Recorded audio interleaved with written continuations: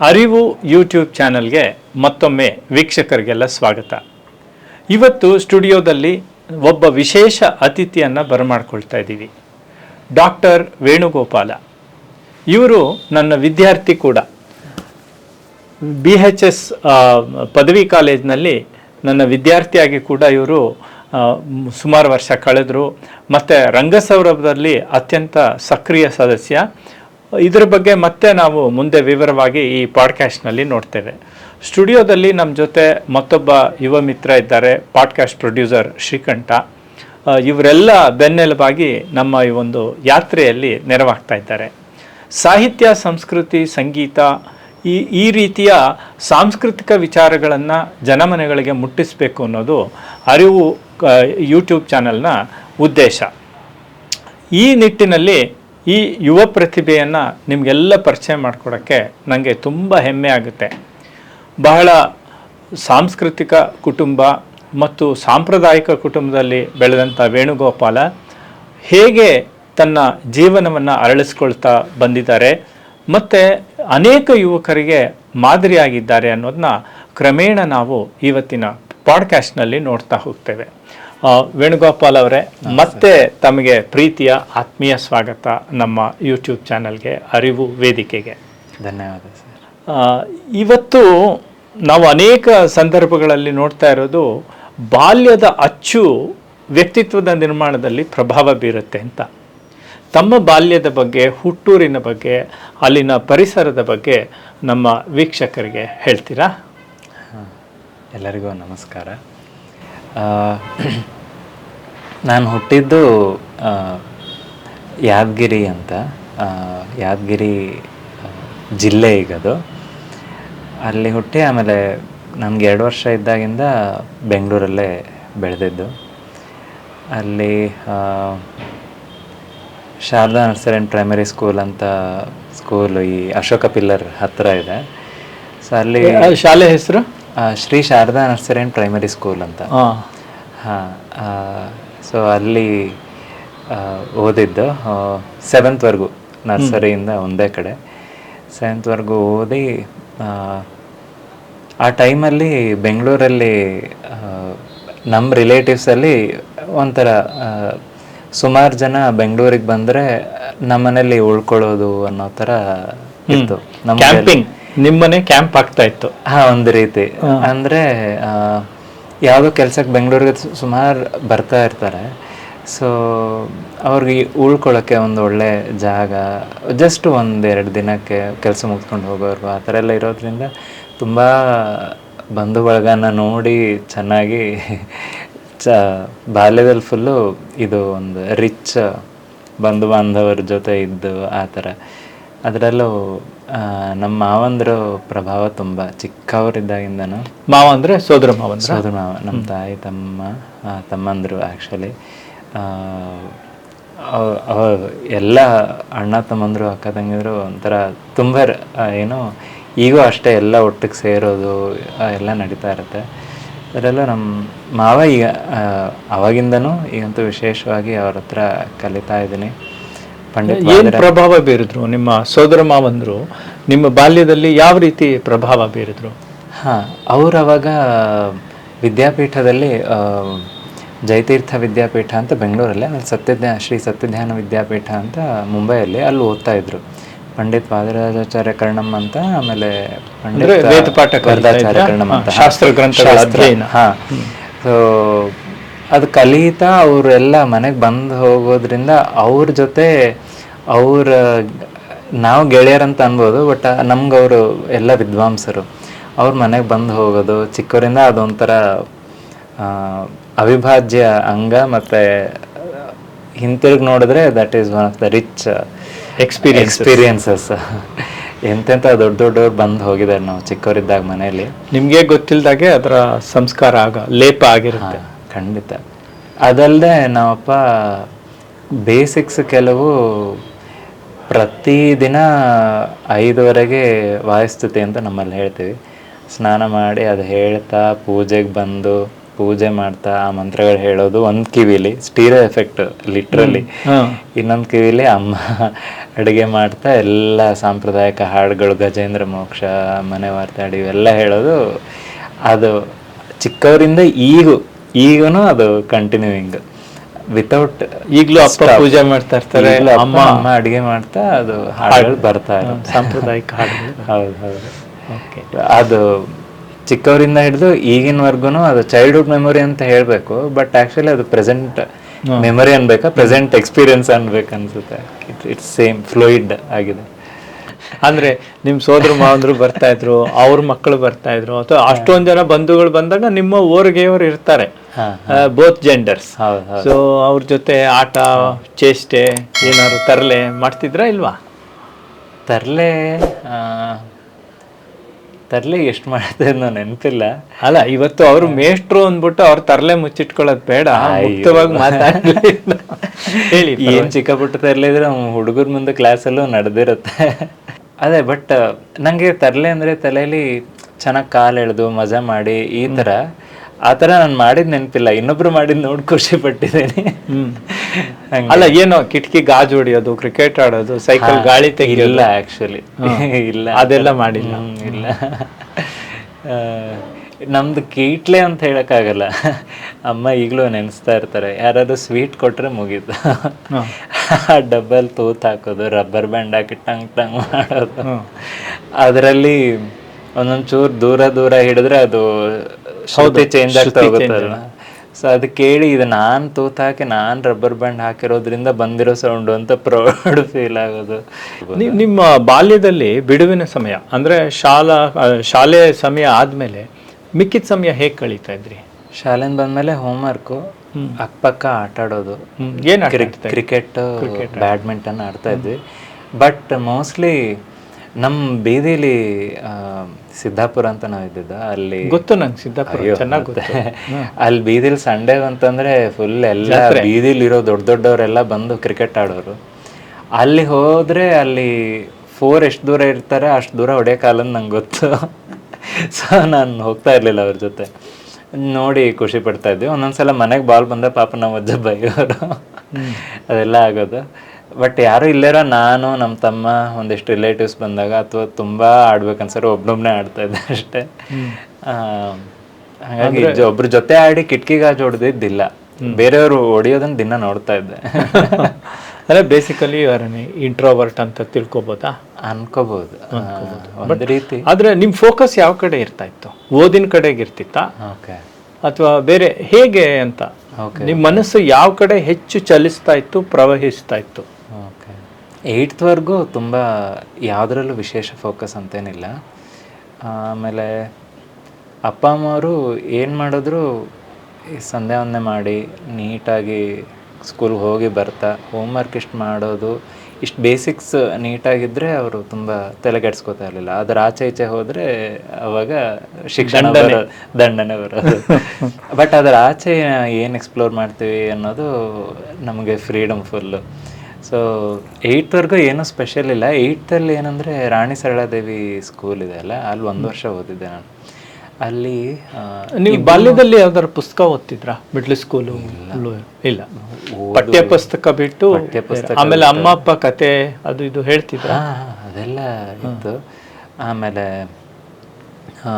7th ಸ್ಟ್ಯಾಂಡರ್ಡಲ್ಲಿ ನಮಗೆ ಧನ್ಯತಾ ma'am ಅಂತ ಒಬ್ಬರು, ಅವರು ಅಂದರೆ ಈಗಲೂ ಅಷ್ಟು ನೆನಪಲ್ಲಿದ್ದಾರೆ. ನಂಗೆ ಚೂರು ಹಾಡಕ್ಕೆ ಇಂಟ್ರೆಸ್ಟ್ ಇರೋದು ಅವರು ಗುರ್ತಿಸಿ 1 ವರ್ಷದಲ್ಲಿ ಒಂದು 7-8 ಹಾಡು ಬೇರೆ ಬೇರೆ ಪ್ರೋಗ್ರಾಮಲ್ಲಿ ಕಲಿಸಿ ಹಾಡ್ಸಿದ್ರು. ಅದೊಂಥರ. ಧನ್ಯತಾ ಮೇಡಮ್ ಸಬ್ಜೆಕ್ಟ್ ಯಾವ ಸಬ್ಜೆಕ್ಟ್ ಪಾಠ ಮಾಡ್ತಾಯಿದ್ರು? ಅವ್ರು ನಮಗೆ ಅಂತ ಕ್ಲಾಸ್ ಅಂತ ತಗೋತಾ ಇರಲಿಲ್ಲ, ಯಾವ ಸಬ್ಜೆಕ್ಟ್ ಮಾಡ್ತಾಯಿದ್ರು ನೆನಪಿಲ್ಲ ನನಗೆ.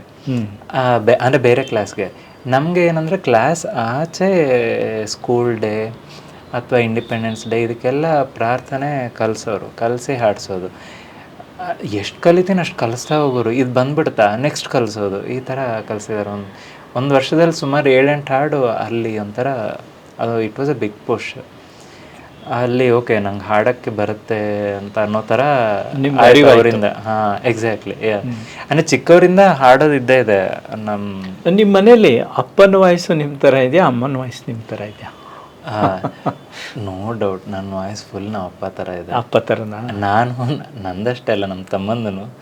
ಈಗ ಫೋನಲ್ಲಿ ಮಾತಾಡಿದಾಗ ಕೆಲವು ಸಲ ನಮ್ಮ ಊರಲ್ಲಿ ಯಾರು ಮಾತಾಡ್ತಾ ಇದೀವಿ ಗೊತ್ತಾಗಲ್ಲ. ಬಟ್ ಏನಂದ್ರೆ ಅಪ್ಪ ದನಿಲ್ ಇನ್ನೊಬ್ರು ಮಾತಾಡ್ಬೋದು. Almost something like that. But ಏನಂದ್ರೆ ಪರ್ಸನಾಲಿಟಿ ಟ್ರೇಟ್ಸ್ ನಮ್ಮ ತಮ್ಮನ ಸ್ವಲ್ಪ ಡಿಫ್ರೆಂಟ್ ಇದೆ. ಸೊ ಆಡೋ ವಿಷಯದ ಮೇಲೆ ಗುರ್ತಿಡ್ಬೋದು ಫ್ಲೋಲಿ. ಬಟ್ ನಮ್ಮಪ್ಪ ಚಿಕ್ಕವರಿದ್ದಾಗ ವೀಣಾ ಕಲ್ತಿದ್ರು. ಹಾಂ, ಅದರದ್ದು ಪ್ರಭಾವ ತುಂಬ ಇದೆ ಸಂಗೀತ. ಅದಕ್ಕಿಂತ ಚೈಲ್ಡ್ಹುಡ್ ಹೇಳಿದ್ರಲ್ಲ, ಯಾವಾಗ ನೆನಪಿದೆಯಾ ಅವಾಗಿಂದನೂ ಕ್ಯಾಸೆಟ್ಸ್ ಮನೇಲಿ ಎಲ್ಲ ಕ್ಲಾಸಿಕಲ್. ಹಾಂ, ನಮ್ಮಪ್ಪ ಫುಲ್ ಕಂಟಿನ್ಯೂ ಓಡ್ತಾ ಇರುತ್ತೆ.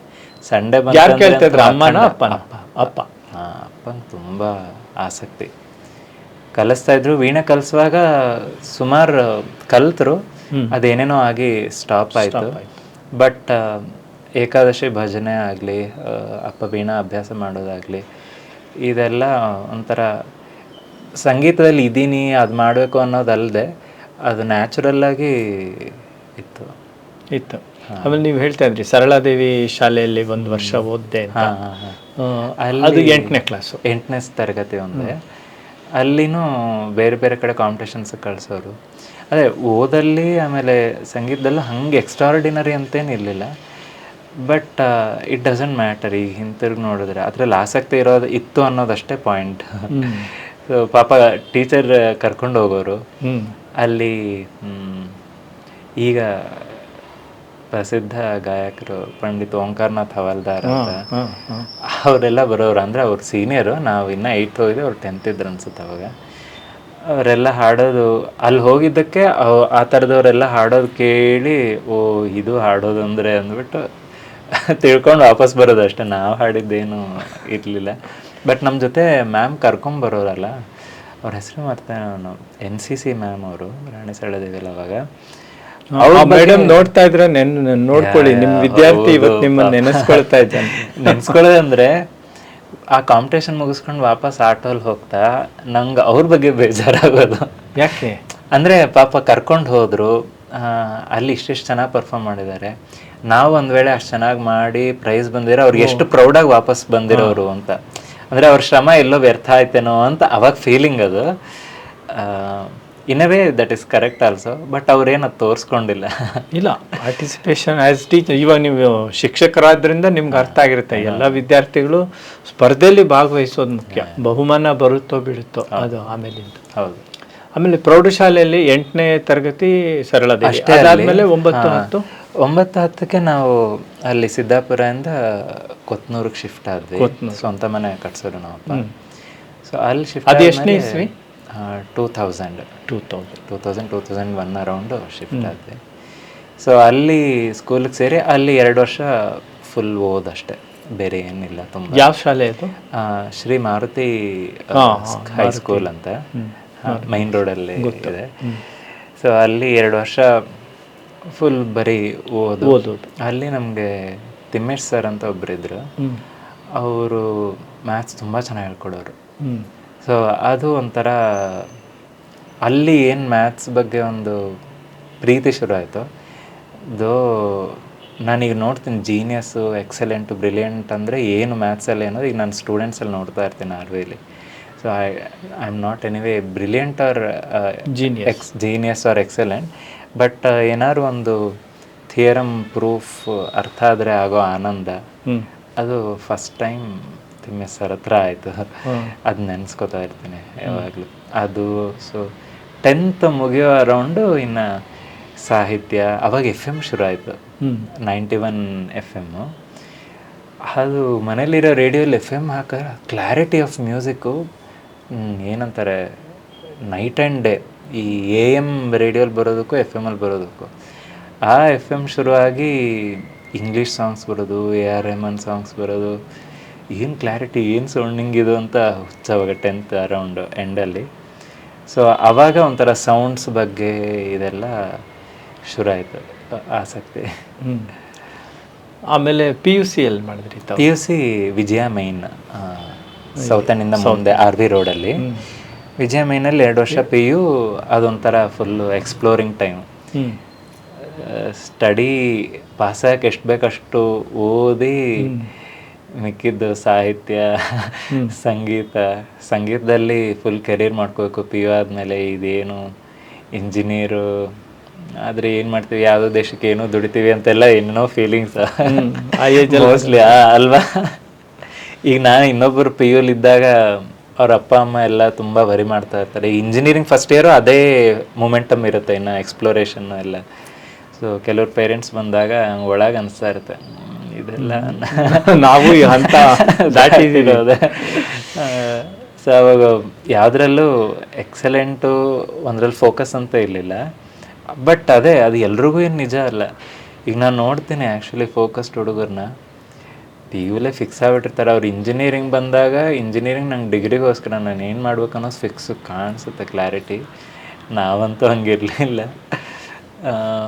ಸೊ ಎಲ್ಲ ಒಬ್ಬ ಇಂಜಿನಿಯರ್ನ ಕಳ್ಕೊಂಡು ಒಬ್ಬ ಒಳ್ಳೆ ಮೇಷ್ಟ್ರನ್ನ ಪಡ್ಕೊಂಡ್ವಿ, ಮತ್ತು ಒಳ್ಳೆ ಸಂಗೀತಗಾರರನ್ನ, ಹಾಡೋರನ್ನ, ದಾಸ ಸಾಹಿತ್ಯವನ್ನು ಬೆಳೆಸೋರನ್ನ ಜಗತ್ತಿಗೆ ನಿಮ್ಮ ಮೂಲಕ ಕೊಟ್ಟಿದ್ದಾನೆ ಭಗವಂತ ಅಂತ ತಿಳ್ಕೊಬೇಕು ನಾವು. ನೀವು ಆ ಕಡೆ ಹೋಗ್ಬಿಟ್ಟಿದ್ರೆ ವಿದೇಶದಲ್ಲೆಲ್ಲೋ ಗಣಕಯಂತ್ರದ ಮುಂದೆ ಸ್ಥಾಪನೆ ಆಗ್ಬಿಡೋರಿ ನೀವು. ಈಗ this is a very good contribution ಅಂತ ನನಗನ್ಸುತ್ತೆ. ಆಮೇಲೆ all of us are not made to be engineers, born to be engineers. Let them do if they wish. Some are born to may be teach engineers.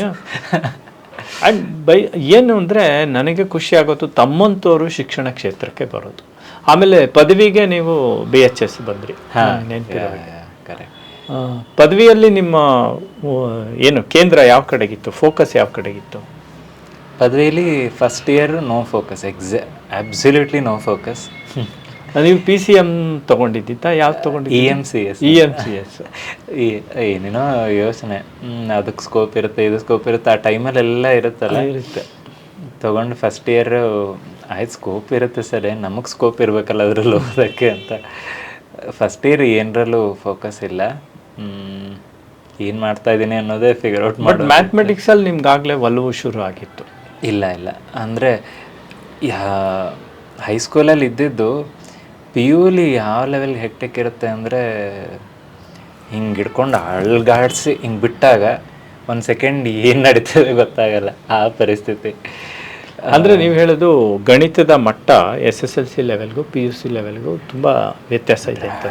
ಅಯ್ಯೋ, PUCಲಿ ಕ್ಯಾಲ್ಕುಲಸ್ಸು, ಈ limits, continuity ಎಲ್ಲ ಬರುವಾಗ ಅದೊಂದು insight ಬೇಕಾಗತ್ತೆ. ಆ ಇನ್ಸೈಟ್ ಇದ್ದರೆ ಕಲಿಯೋದ್ರಲ್ಲಿ ಮಜಾ ಬರುತ್ತೆ. ಆ ಇನ್ಸೈಟ್ ಇಲ್ಲ ಅಂದರೆ ತುಂಬ ಕತ್ತೆ ದುಡ್ತಾ ಬೇಕಾಗುತ್ತೆ ಆ್ಯಕ್ಚುಲಿ, ನೆನ್ಪಿಟ್ಕೊಂಡು. ಕೆಲವ್ರು ಮಾಡ್ತಾರೆ ಹುಡುಗರು ಅದನ್ನು. ಅಂದರೆ ಏನಂದರೆ ಛಲ, ನನಗೆ ಒಳ್ಳೆ ಪ್ಯಾಕೇಜ್ ಬರಬೇಕು ಅಥವಾ ಅಪ್ಪ ಅಮ್ಮ ಕಷ್ಟಪಟ್ಟಿದ್ದಾರೆ ಅನ್ನೋದಕ್ಕೆ ಮಾಡ್ತಾರೆ. ಬಟ್ ನನಗೆ ಅದಾಗಲ್ಲ. ತಾವು ಹೇಳ್ತಾ ಇರೋದು ಹಠಕ್ಕೆ ಬಿದ್ದು ಕಲಿಯೋದು ವಿಷಯನ ಒಂದು, ಪ್ರೀತಿಗೆ ಒಲಿದು ಕಲಿಯೋದು ಇನ್ನೊಂದು. ನೀವು ಮ್ಯಾಥಮೆಟಿಕ್ಸ್ನ ಹ್ಯಾಕ್ ತಗೊಂಡ್ರಿ? ಪ್ರೀತಿಯಿಂದ ತಗೊಂಡ್ರ, ಹಠಕ್ಕೆ ತಗೊಂಡ್ರ? ಅದೇ, ಹಠಕ್ಕೆ ಏನು ತಗೊಳಕ್ ಆಗಲ್ಲ ನನಗೆ ಅನ್ನೋದು ಸ್ಪಷ್ಟ ಆಗಿದೆ ಸ್ವಭಾವದಲ್ಲಿ. ಸೊ ನೀವು ಫಸ್ಟ್ ಇಯರ್ ಡಿಗ್ರಿನಲ್ಲಿ ನೀವು ಅಷ್ಟು ಫೋಕಸ್ ಇರಲಿಲ್ಲ. ಎರಡನೇ ವರ್ಷದಲ್ಲಿ ಅಲ್ಲಿ something interesting started. Very good. First ಇಯರಲ್ಲಿ ಏನು ಮಾಡ್ತಾಯಿದ್ದೀನಿ, ಏನು ನಡೀತಾ ಇದೆ ಅಂತ ಫಿಗರ್ ಔಟ್ ಮಾಡುವಾಗ ಇದೆ ಹಿಂಗೆ ರಂಗ ಸೌರಭ ಅಂತ ಇದೆ, ಹೋಗ್ತಾ ಇದ್ದಾರೆ ಅಂತ. ಯಾರು ಅಂದರೆ ಮ್ಯೂಸಿಕಲ್ಲಿ ಹಾಡ್ತಿರೋದ್ರಿಂದ ನಾನು ಭರತ್ ಸಾವಿತ್ರಿ ದಿವಾಕರ್. ಪ್ರತಿಮಾ ನಿಮ್ಮ ಬ್ಯಾಚಾ? ಇಲ್ಲ, ನಾನು ಸೇರಿದ ವರ್ಷ ಪ್ರತಿಮಾ ಅವರು ಪಾಸ್ಔಟ್ ಆಗಿದ್ದ ವರ್ಷ. ಸೇಮ್. ಸೊ ನಾನು ಭರತ್ ಎಲ್ಲ ಹೀಗೆ ಇಲ್ಲ, ಭರತ್ ಆಲ್ರೆಡಿ ಇದ್ದ ರಂಗಸೌರಭಲ್ಲಿ PU ಇಂದನೇ. ಬಟ್ ನಾವು ಹಾಡ್ತಾ ಇದ್ವಿ ಒಟ್ಟಿಗೆ, ಜಸ್ಟ್ ಒಟ್ಟಿಗೆ ಸೇರಿ ಕಾಂಪಿಟೇಷನ್ಸ್ಗೆ ಹೋಗೋದೆಲ್ಲ ಮಾಡ್ತಾಯಿದ್ವಿ. ಸೊ ಹೀಗೆ ರಂಗಸೌರಭ ಹೋಗ್ತಾ ಇದ್ದಾರೆ ಅಂದರೆ ಹೋಗಿದ್ದೆ. ಅಲ್ಲಿ ಫಸ್ಟ್ ಇಯರು ಅಗದಿ ಪಕ್ಕ ರಂಗ ತಂಡ ಅಂದರೆ ಏನು ಅಂತ ನೋಡೋದೆಲ್ಲ ತಾಲೀಮ್ ಶುರು ಆಯಿತು. ಬಟ್ ನಾನು ಆ್ಯಕ್ಟಿಂಗಲ್ಲಿ ಇರಲಿಲ್ಲ,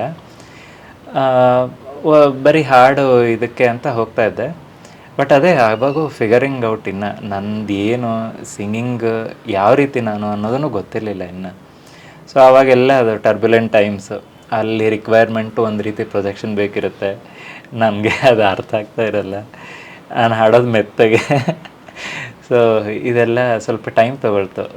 ಆಮೇಲೆ ಸೆಕೆಂಡ್ ಇಯರ್ ಟೈಮಲ್ಲಿ ಗಂಗಾವತಾರ ಅಲ್ಲ ಸಾರಿ ಮೈಸೂರು ಮಲ್ಲಿಗೆ ನಾನು ಓಕೆ ರಂಗ ಥಿಯೇಟ್ರು ನನಗೆ ಆಗಲ್ಲ, ಸುಮ್ಮನೆ ಅದಕ್ಕೆ ಒಂದು ಬೇಕಾದ ಫಿಸಿಕ್ಯಾಲಿಟಿ ಆಗಲಿ ಇಲ್ಲ ಅಂದ್ಬಿಟ್ಟು ಸುಮ್ಮನೆ ನಾನು ಸೈಡಿಗೆ ಹೋಗ್ಬಿಟ್ಟಿದ್ದೆ. ಆಮೇಲೆ ಕಾಲ್ ನೆನಪಿದೆ RPO ಸರ್, ಇಲ್ಲ ನೀನು ಬಾ, ಇದು ನಿಂಗೆ ಸೂಟ್ ಆಗುತ್ತೆ. ಸರ್ ಅರ್ಥ ಆಗಿತ್ತು, ಸರ್ ಅರ್ಥ ಮಾಡ್ಕೋತಾರೆ ಆ್ಯಸ್ ಐ ಸಿ. ಸೊ ನೀನು ಏನಕ್ಕೆ ಹಿಂದೋಗಿದೆ ಅನ್ನೋದು ನಂಗೆ ಗೊತ್ತು ಅನ್ನೋದು ಅದು ಬ್ರ್ಯಾಕೆಟಲ್ಲಿ ಸರ್ಗೂ ಅರ್ಥ ಆಗಿದೆ ಅಂತ ನನಗೂ ಗೊತ್ತಾಯಿತು. ಆಮೇಲೆ ಇಲ್ಲ ಇದು ನಿನಗೆ ಸರಿ ಹೋಗುತ್ತೆ, ನೀನು ಬಾ. ನಾನು ಓಕೆ ಸರ್ ಹೇಳ್ತಾ ಇರಲ್ಲ ಹೋಗೋಣ ಅಂದ್ಬಿಟ್ಟು ಹೋದೆ. ಹೋಗಿ ಫಸ್ಟ್ ಡೇ ಕಾರನ್ ಸರ್ ಕೂತಿದ್ರು, ಅಲ್ಲೊಂದು ಹಾರ್ಮೋನಿಯಂ ಇತ್ತು, ಶ್ರೀಕಂಠ ಅದೇ ಹಾರ್ಮೋನಿಯಂ. ಅವರು ನಾವು ಭಾವಗೀತೆನೂ ತುಂಬ ಕೇಳಿದ್ದಿಲ್ಲ. ಸರ್ ಏನು ಹಾಡ್ತಾರೆ ಅವಾಗೆಲ್ಲ ಹುಚ್ಚು ಏನಂದರೆ ಏನೇ ಕೇಳಿದ್ರೂ ಇದು PU ಅರೌಂಡ್ ಶುರು ಆಯ್ತು ಅನಿಸುತ್ತೆ. ಬಸ್ಸಲ್ಲಿ ಹೋಗ್ತಾ ಬರ್ತಾ ಹಾಂ ಕರೆಕ್ಟ್ ಕಾಲೇಜು ಸ್ಕೂಲ್ ಆದಮೇಲೆ ಏನು ಮಾಡ್ತಿದ್ವಿ ಅಂದರೆ PU ಆದಮೇಲೆ PU ಸ್ಕೂಲಲ್ಲಿ ಕಾಲೇಜ್ ಹೋಗ್ತಾ ಬರ್ತಾ ಇದೊಂದು ಹುಚ್ಚು, ರೇಡಿಯೋಲಿ ಏನೇ ಕೇಳಿದ್ರು ಅದರಲ್ಲಿ ಏನು ಸ್ವರ ಬರ್ತಾ ಇದೆ ಅನ್ನೋ ಸ್ವರ ಗುರುತಿಸೋದು ಅದು ಒಂಥರ ಹುಚ್ಚು ಥರ. ಶಾಸ್ತ್ರೀಯ ಆ್ಯಕ್ಚುಲಿ ಏನಾದ್ರು ತುಂಬ ಚಿಕ್ಕಂದ್ರಲ್ಲಿ ಕಲಿಯೋಕ್ಕೆ ಶುರು ಮಾಡಿದ್ರೆ ಅದು ಆ್ಯಕ್ಚುಲಿ ನ್ಯಾಚುರಲಿ ಬರುತ್ತೆ. ಹಂಗೆ ನ್ಯಾಚುರಲಿ ನಾನು ಇನ್ನೂ ಕಲಿಯೋಕ್ಕೆ ಶುರು ಮಾಡಿರಲಿಲ್ಲ.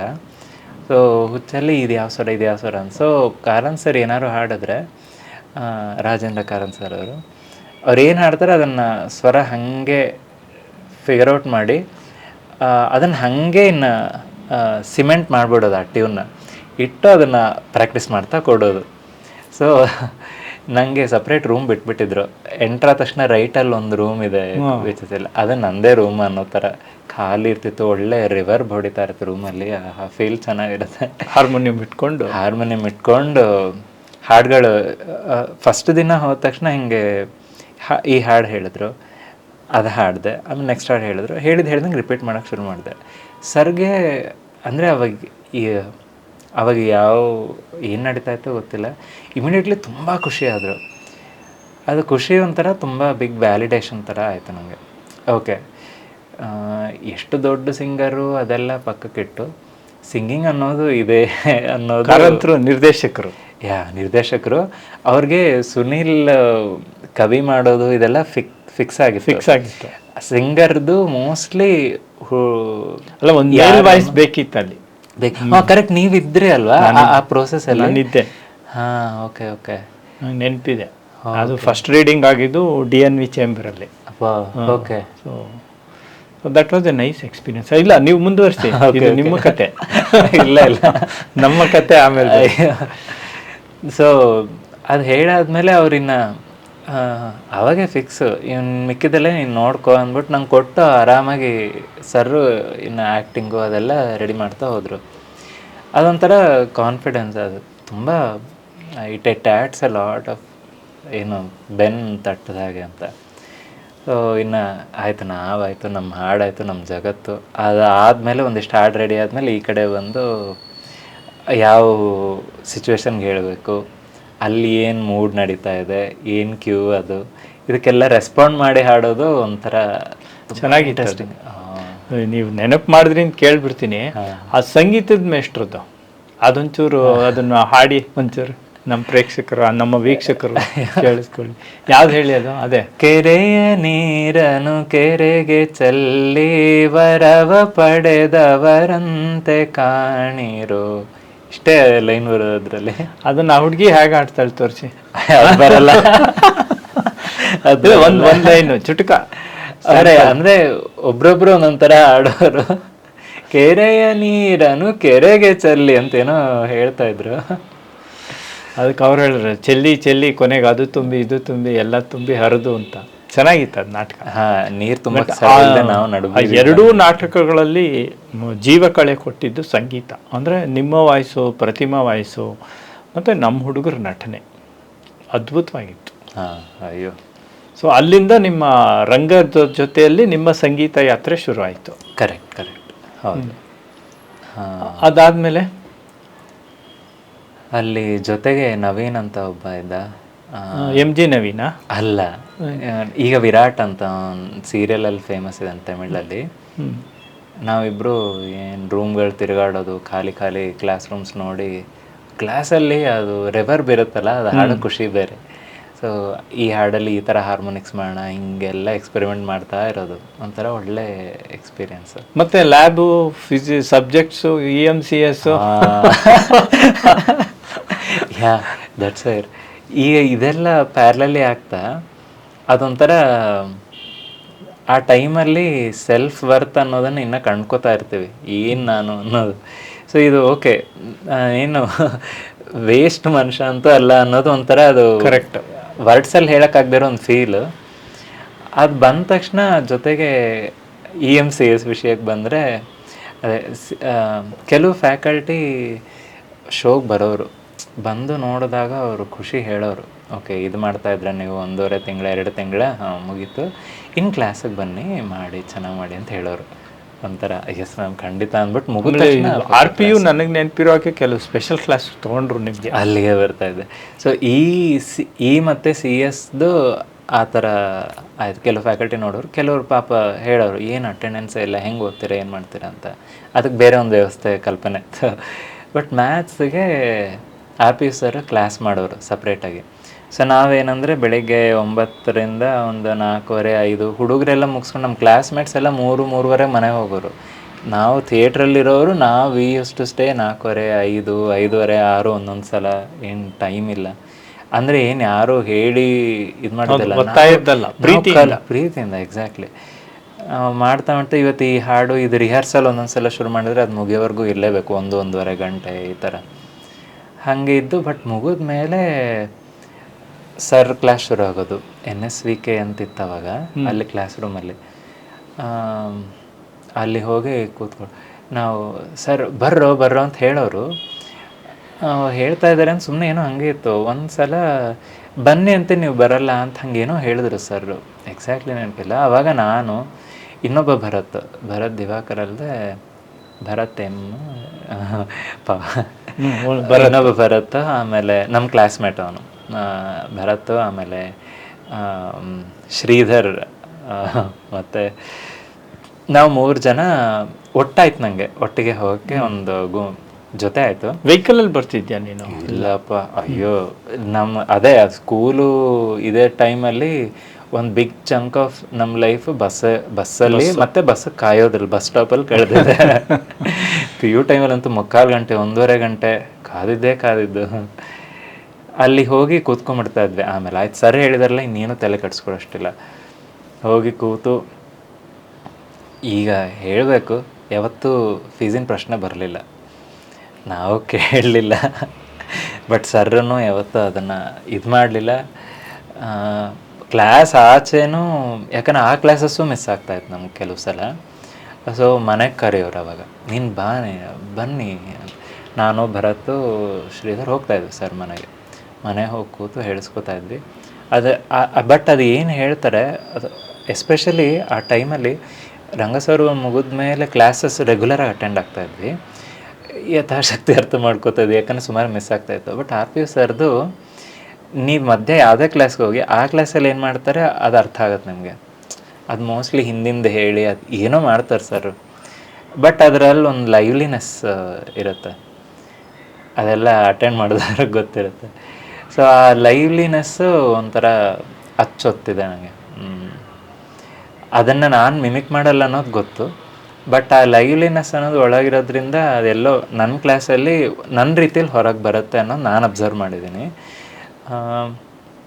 ಸೊ ಅದು ಮ್ಯಾಥ್ಸ್ ಬಗ್ಗೆ ಆಲ್ರೆಡಿ ಅಲ್ಲಿ ಹೈಸ್ಕೂಲಲ್ಲಿ ಇದ್ದು ಅದು ಇಲ್ಲೊಂಥರ ಚಿಗಕ್ಕೆ ಶುರು ಆಯಿತು. ಆದಮೇಲೆ ಅದು ಮುಗಿಸ್ತದೆ, still it was clear, not brilliant or anything, but ಹೇಳ್ಕೊಟ್ಟಷ್ಟು ಅದನ್ನು ಖುಷಿಪಟ್ಟು ಮಾಡೋದು ಫಿಕ್ಸ್. ಅಂದರೆ RPU ಪಾಠ ಮಾಡೋ ಶೈಲಿಯಲ್ಲಿ ನಿನಗೆ ಸುಲಭವಾಗಿ ಜೀರ್ಣ ಆಗ್ತಾಯಿತ್ತು. ಎಲ್ಲಕ್ಕಿಂತ ಮುಂಚೆ ಮೇಯ್ನು ಇಷ್ಟ ಆಗ್ತಾಯಿತ್ತು. ಸಬ್ಜೆಕ್ಟ್ ಇಷ್ಟ ಆಗಕ್ಕೆ ಶುರು ಆಯಿತು. ಇಷ್ಟ ಅನ್ನೋದು ನನ್ನೊಳಗಿದೆ ಅನ್ನೋದು ಗುರ್ತಿಸೋಕ್ಕೆ ಶುರು ಆಯಿತು. ಆಮೇಲೆ ಮೇಯ್ನು ಕಾಲೇಜು ಸ್ಕೂಲ್ ಇದರಲ್ಲಿ ಏನಾಗುತ್ತೆ ಅಂದರೆ ನೀವು ಎಷ್ಟು ಇಷ್ಟಪಟ್ಟಿದ್ದೀರಾ, ಇಷ್ಟಪಟ್ಟು ಏನು ಕಲ್ತೀರಾ ಅನ್ನೋದು ಮ್ಯಾಟ್ರ್ ಆಗೋಲ್ಲ. ಆ ಎಕ್ಸಾಮ್ ಅನ್ನೋ ದಿನ ಏನು ಕೇಳ್ತಾರೆ ಅದು ನಿಮ್ಗೆ ತಲೆಯಲ್ಲಿ ಮೆಮೊರಿಲಿ ಇದೆಯಾ ಇಲ್ವಾ ಅನ್ನೋದು ಮ್ಯಾಟ್ರ್ ಆಗ್ಬಿಡುತ್ತೆ ಎಷ್ಟೊಂದು ಸಲ. ಅಲ್ಲಿ ಅದಕ್ಕೆ ಒಗ್ಕೋಬೇಕು, ಆ ಎಕ್ಸಾಮ್ ಓರಿಯೆಂಟೆಡ್ ಸಿಸ್ಟಮ್ಗೆ ಒಗ್ಕೋಬೇಕು. ಅದು ಈ ಟೀಚರ್ ಆದಾಗ ಇವೆಲ್ಲ ವಿಷಯ ತಲೆಯಲ್ಲಿ ಇರುತ್ತೆ ನನಗೂ. ಕೆಲವರು ತುಂಬ ಚೆನ್ನಾಗಿ ಓದೋರು, ಸಾರಿ ಎಲ್ಲೆಲ್ಲ ಹೋಗ್ತಾ ಇದ್ದೀನಿ ನಾನು, ಪರವಾಗಿಲ್ಲ ಮಾತಾಡಿ. ತುಂಬ ಇಷ್ಟಪಟ್ಟು ಕಲಿಯೋರು ನಂಗೆ ಕ್ಲಾಸಲ್ಲಿ ನೋಡುವಾಗ ಅವರು ಆನ್ಸರ್ ಮಾಡೋದು, ಯೋಚನೆ ಮಾಡೋ ರೀತಿ ತುಂಬ ಇಷ್ಟ ಆಗಿರುತ್ತೆ. But they are not anywhere interested in scoring marks and ಅವ್ರು ಮಾಡ್ಕೋತಾರೆ ಆರಾಮಾಗಿ ಲೈಫಲ್ಲಿ. ಈಗ ಅಂದರೆ ಅಲ್ಲಿ ಆರ್ವಿಲ್ ಸೇರಿ ಒಂದು 5 ವರ್ಷ ಆಯಿತು. ಅಂದರೆ ನಾನು ಸೇರಿದವ್ರು ಪಾಸ್ಔಟ್ ಆಗಿ ಏನು ಮಾಡ್ತಾರೆ ಅನ್ನೋದು ಈಗ ನೋಡ್ತಾ, ಎಲ್ಲಿ ಏನು ಮಾಡ್ತಾರೆ ಅದನ್ನು ಇಷ್ಟಪಟ್ಟು ಖುಷಿಯಾಗಿ ಮಾಡ್ಕೊಂಡಿರ್ತಾರೆ ಅನ್ನೋದು ನಂಗೆ ಅವತ್ತು ಕಾಣಿಸಿತ್ತು ಅನ್ನೋ ಥರ ಐ ಕ್ಯಾನ್ ಕಾರ್ರಿಲೇಟ್ ನಾವು. ಅದೇ ಒಂಥರ ಎಕ್ಸ್ಪೀರಿಯೆನ್ಸ್ ಇದೆಲ್ಲ. ಸೊ ಆಮೇಲೆ 3 ವರ್ಷ ಡಿಗ್ರಿನಲ್ಲೂ ನೀವು ರಂಗಸೌರಭ ಜೊತೆ ಇದ್ದೆ. ಆಮೇಲೆ ಎಮ್ದು RPU ಸರ್ ಆಯಿತು. ಮತ್ತು CS ಫ್ರೆಂಡ್ಸ್. ರಂಗಸೌರಭಲ್ಲಿ ನಾವು ಶೋ ಬಂದು ನೋಡಿ ಇಷ್ಟಪಟ್ಟು ಫ್ರೆಂಡ್ಸು, ಇಷ್ಟಪಟ್ಟರು ಅಂತಲ್ಲ, ಅವ್ರು ಜಿನೇಲಿ ಫ್ರೆಂಡ್ಸು. ಆಮೇಲೆ ನೀವು MSc ಹೋದ್ರಿ. MSc ಹೋಗ್ಬೇಕು ಅಂತ ನಿಮಗೆ ಹೇಗೆ ಪ್ರೇರಣೆ ಆಯಿತು? ಅಂದರೆ RPU ಹೇಳಿದ್ರ ಅಥವಾ ನಿಮಗೆ ಅನ್ನಿಸ್ತಾ? ಇಲ್ಲ, ಅಂದರೆ RPU ಸರ್ದು ಇದೆಲ್ಲ ಆಯ್ತಲ್ವ, ಅದು ನೀಟಾಗಿ ಓದೋದು ಮ್ಯಾಥ್ಸ್ ಮಾತ್ರ ಆಗ್ತಾಯಿತ್ತು. ಮಿಕ್ಕಿದ್ದು ನಮ್ಮ ಫ್ರೆಂಡ್ಸ್ ಎಲ್ಲ, ವಿವೇಕ್ ಅಂತ ಒಬ್ಬ ಇದ್ದ, ಅವ್ನು CS ಅವ್ನ ಅಪ್ರೋಚ್ ಮಾಡ್ತಾಯಿದ್ದೆ. ಆಮೇಲೆ ಎಲೆಕ್ಟ್ರಾನಿಕ್ಸ್ಗೆಲ್ಲ ಜಯಪ್ರೀತ್ ವಸಿಷ್ಠ ಅಂತ ಒಬ್ಬ ಇದ್ದ, ಅವ್ನು ಮನೆಗೆ ಹೋಗಿ ಕೂತ್ಕೊಂಡ್ಬಿಡ್ತಾಯಿದ್ದೆ ಎಕ್ಸಾಮಿನ ದಿನ. ಸೊ ಅಲ್ಲಿ ಅವು ಆದಮೇಲೆ ನಂಗೆ ಕ್ಲಾರಿಟಿ ಇದ್ದಿದ್ದೇನೆಂದರೆ, ಮ್ಯಾಥ್ಸಲ್ಲಿ ಇದ್ದಿದ್ದರಲ್ಲಿ ಮ್ಯಾಥ್ಸಲ್ಲೇ ಸ್ವಲ್ಪ ಸೇಫರ್ ಅಂತ ಅನಿಸ್ತು. ಸೊ ಮೆಥಡಿಕ್ಕಾಗಿ ಸರ್ ಹೇಳ್ಕೊಟ್ಟಿದ್ದು ಹಾಗೆ ಇತ್ತಲ್ವ, ಇದರಲ್ಲಿ ಏನೂ ಮಾಡ್ಬೋದು.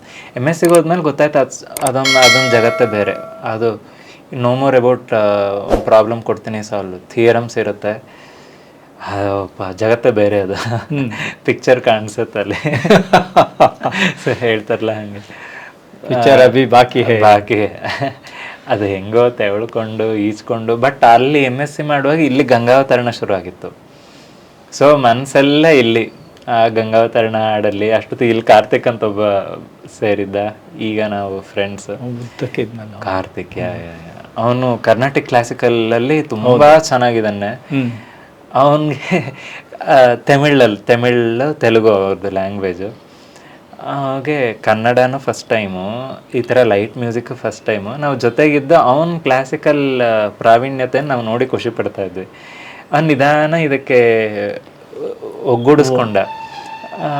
ಒಗ್ಗೂಡಿಸ್ಕೊಂಡ್ಮೇಲೆ ನವೀನು ಹಾಡ್ತಾ ಇದ್ದ. ನಾನು ಶೋ ಟೈಮಲ್ಲಿ ನಾವು 3 ಜನ ಹಾಡೋರು, ನಾವಿಬ್ಬರಿಗೆ ಶೋ ಹಿಂದಿನ ದಿನ ಜ್ವರ ಅಂದರೆ ಪೀಕ್ಸ್. ಹೌದು. ಸೊ ಎಲ್ಲ ಹೋಗಿ ಕಾರ್ತಿಕ್ ತಲೆ ಮೇಲೆ ಬಿತ್ತು ಶೋ ಟೈಮಲ್ಲಿ, ಫಸ್ಟ್ ಕಾಂಪಿಟೇಷನಲ್ಲಿ. ರವೀಂದ್ರ ಕಲಾಕ್ಷೇತ್ರ ಅಲ್ವಾ? ಅವತ್ತು ಹುಡುಕಿದ್ವಿ, ನೀನು ಕಾಣಿಸ್ಲಿಲ್ಲ. ನಾನು ಕೇಳಿದೆ ಬಂದಿದ್ಯಾ ಅವತ್ತು? ಅಲ್ಲೇ ಕೂತಿದ್ವಿ ನಾವು. ಜ್ವರ ಅಂತ ಫುಲ್ ಕೆಂಪಾಗ್ಬಿಟ್ಟಿದ್ದೆ. ಇಲ್ಲ ಬರೀದ್ ಹಾರ್ಮೋನಿಯಂ ಇಟ್ಕೊಂಡು ಶ್ರುತಿ ಕೊಟ್ಟಿದ್ದ ಅವತ್ತು ನಾನು. ಅವನ್ ಆರಾಮ ಲೀಲಾ ಜಾಲ್ವ ಹಾಡಿ ಗೆದ್ಸ್ಬಿಟ್ಟ. ಅವನದು ಸ್ವರೂಪ ಅವತ್ತು ತೋರಿಸ್ದ. ಸೊ ಅದು ಥಿಯೇಟ್ರ್ ಗುಣನೇ ಅದು. ಆ ಕ್ಷಣಕ್ಕೆ ಏನು ಬೇಕೋ ನಿನ್ನಲ್ಲಿ ಅದನ್ನು ಎಳೆದು ಬಿಡುತ್ತೆ ಸ್ಟೇಜ್ ಮೇಲೆ ಅಲ್ಲ. ಸೊ ಅದಾದಮೇಲೆ MSc ಮುಗಿಸಿದ್ರಿ. MSc ಹೆಂಗೋ ತೆಗೆದುಕೊಂಡು MSc ಓದ್ಬೇಕಾದ್ರೆ ನಾವು ಯೂನಿವರ್ಸಿಟಿಲೇನು ಮ್ಯೂಸಿಕ್ ಕಾಂಪಿಟೇಷನು ಅಥವಾ ಇದು ಥಿಯೇಟ್ರ್ ಇನ್ವಾಲ್ವ್ ಆಗಲಿಲ್ಲ. ಬಟ್ ಇದೆ Gangavatarana I think first year ಅಲ್ಲಿದ್ರು ನೀವು ಇಲ್ಲಿ ರಂಗಸೌರಭ ತೊಡಗಿಸ್ಕೊಂಡಿದ್ದೆ. ಹೌದು, ಇಲ್ಲಿ ಕಾಲೇಜೆಲ್ಲ ಮುಗಿಸ್ಕೊಂಡು ಅಲ್ಲಿ ಬಂದು ರಿಹರ್ಸಲ್ ಕೊಡ್ತಾ ಇದ್ದೆ. ಆಮೇಲೆ ನಿಮಗೆ ಶಿಕ್ಷಕ ವೃತ್ತಿಯನ್ನೇ ತಗೊಳ್ಬೇಕು ಅಂತ ಯಾಕೆ ಅನ್ನಿಸ್ತು? ಯಾಕೆಂದರೆ MSc ಮಾಡಿದ್ಮೇಲೆ ಬೇರೆ ಬೇರೆ ಕ್ಷೇತ್ರಗಳಿಗೆ ಹೋಗ್ಬೋದು. ನೀವು ಜೂನಿಯರ್ ಸೈಂಟಿಸ್ಟ್ ಆಗ್ಬೋದು, ಇಸ್ರೋ ಸೇರ್ಬೋದು, ಇನ್ನೇನೋ ಮಾಡ್ಬೋದು. ಆದರೆ ನೀವು ವಿಶೇಷವಾಗಿ ಶಿಕ್ಷಕರೇ ಆಗಬೇಕು ಅಂತ ಯಾಕೆ ನಿಮ್ಗೆ ಅನ್ನಿಸ್ತು?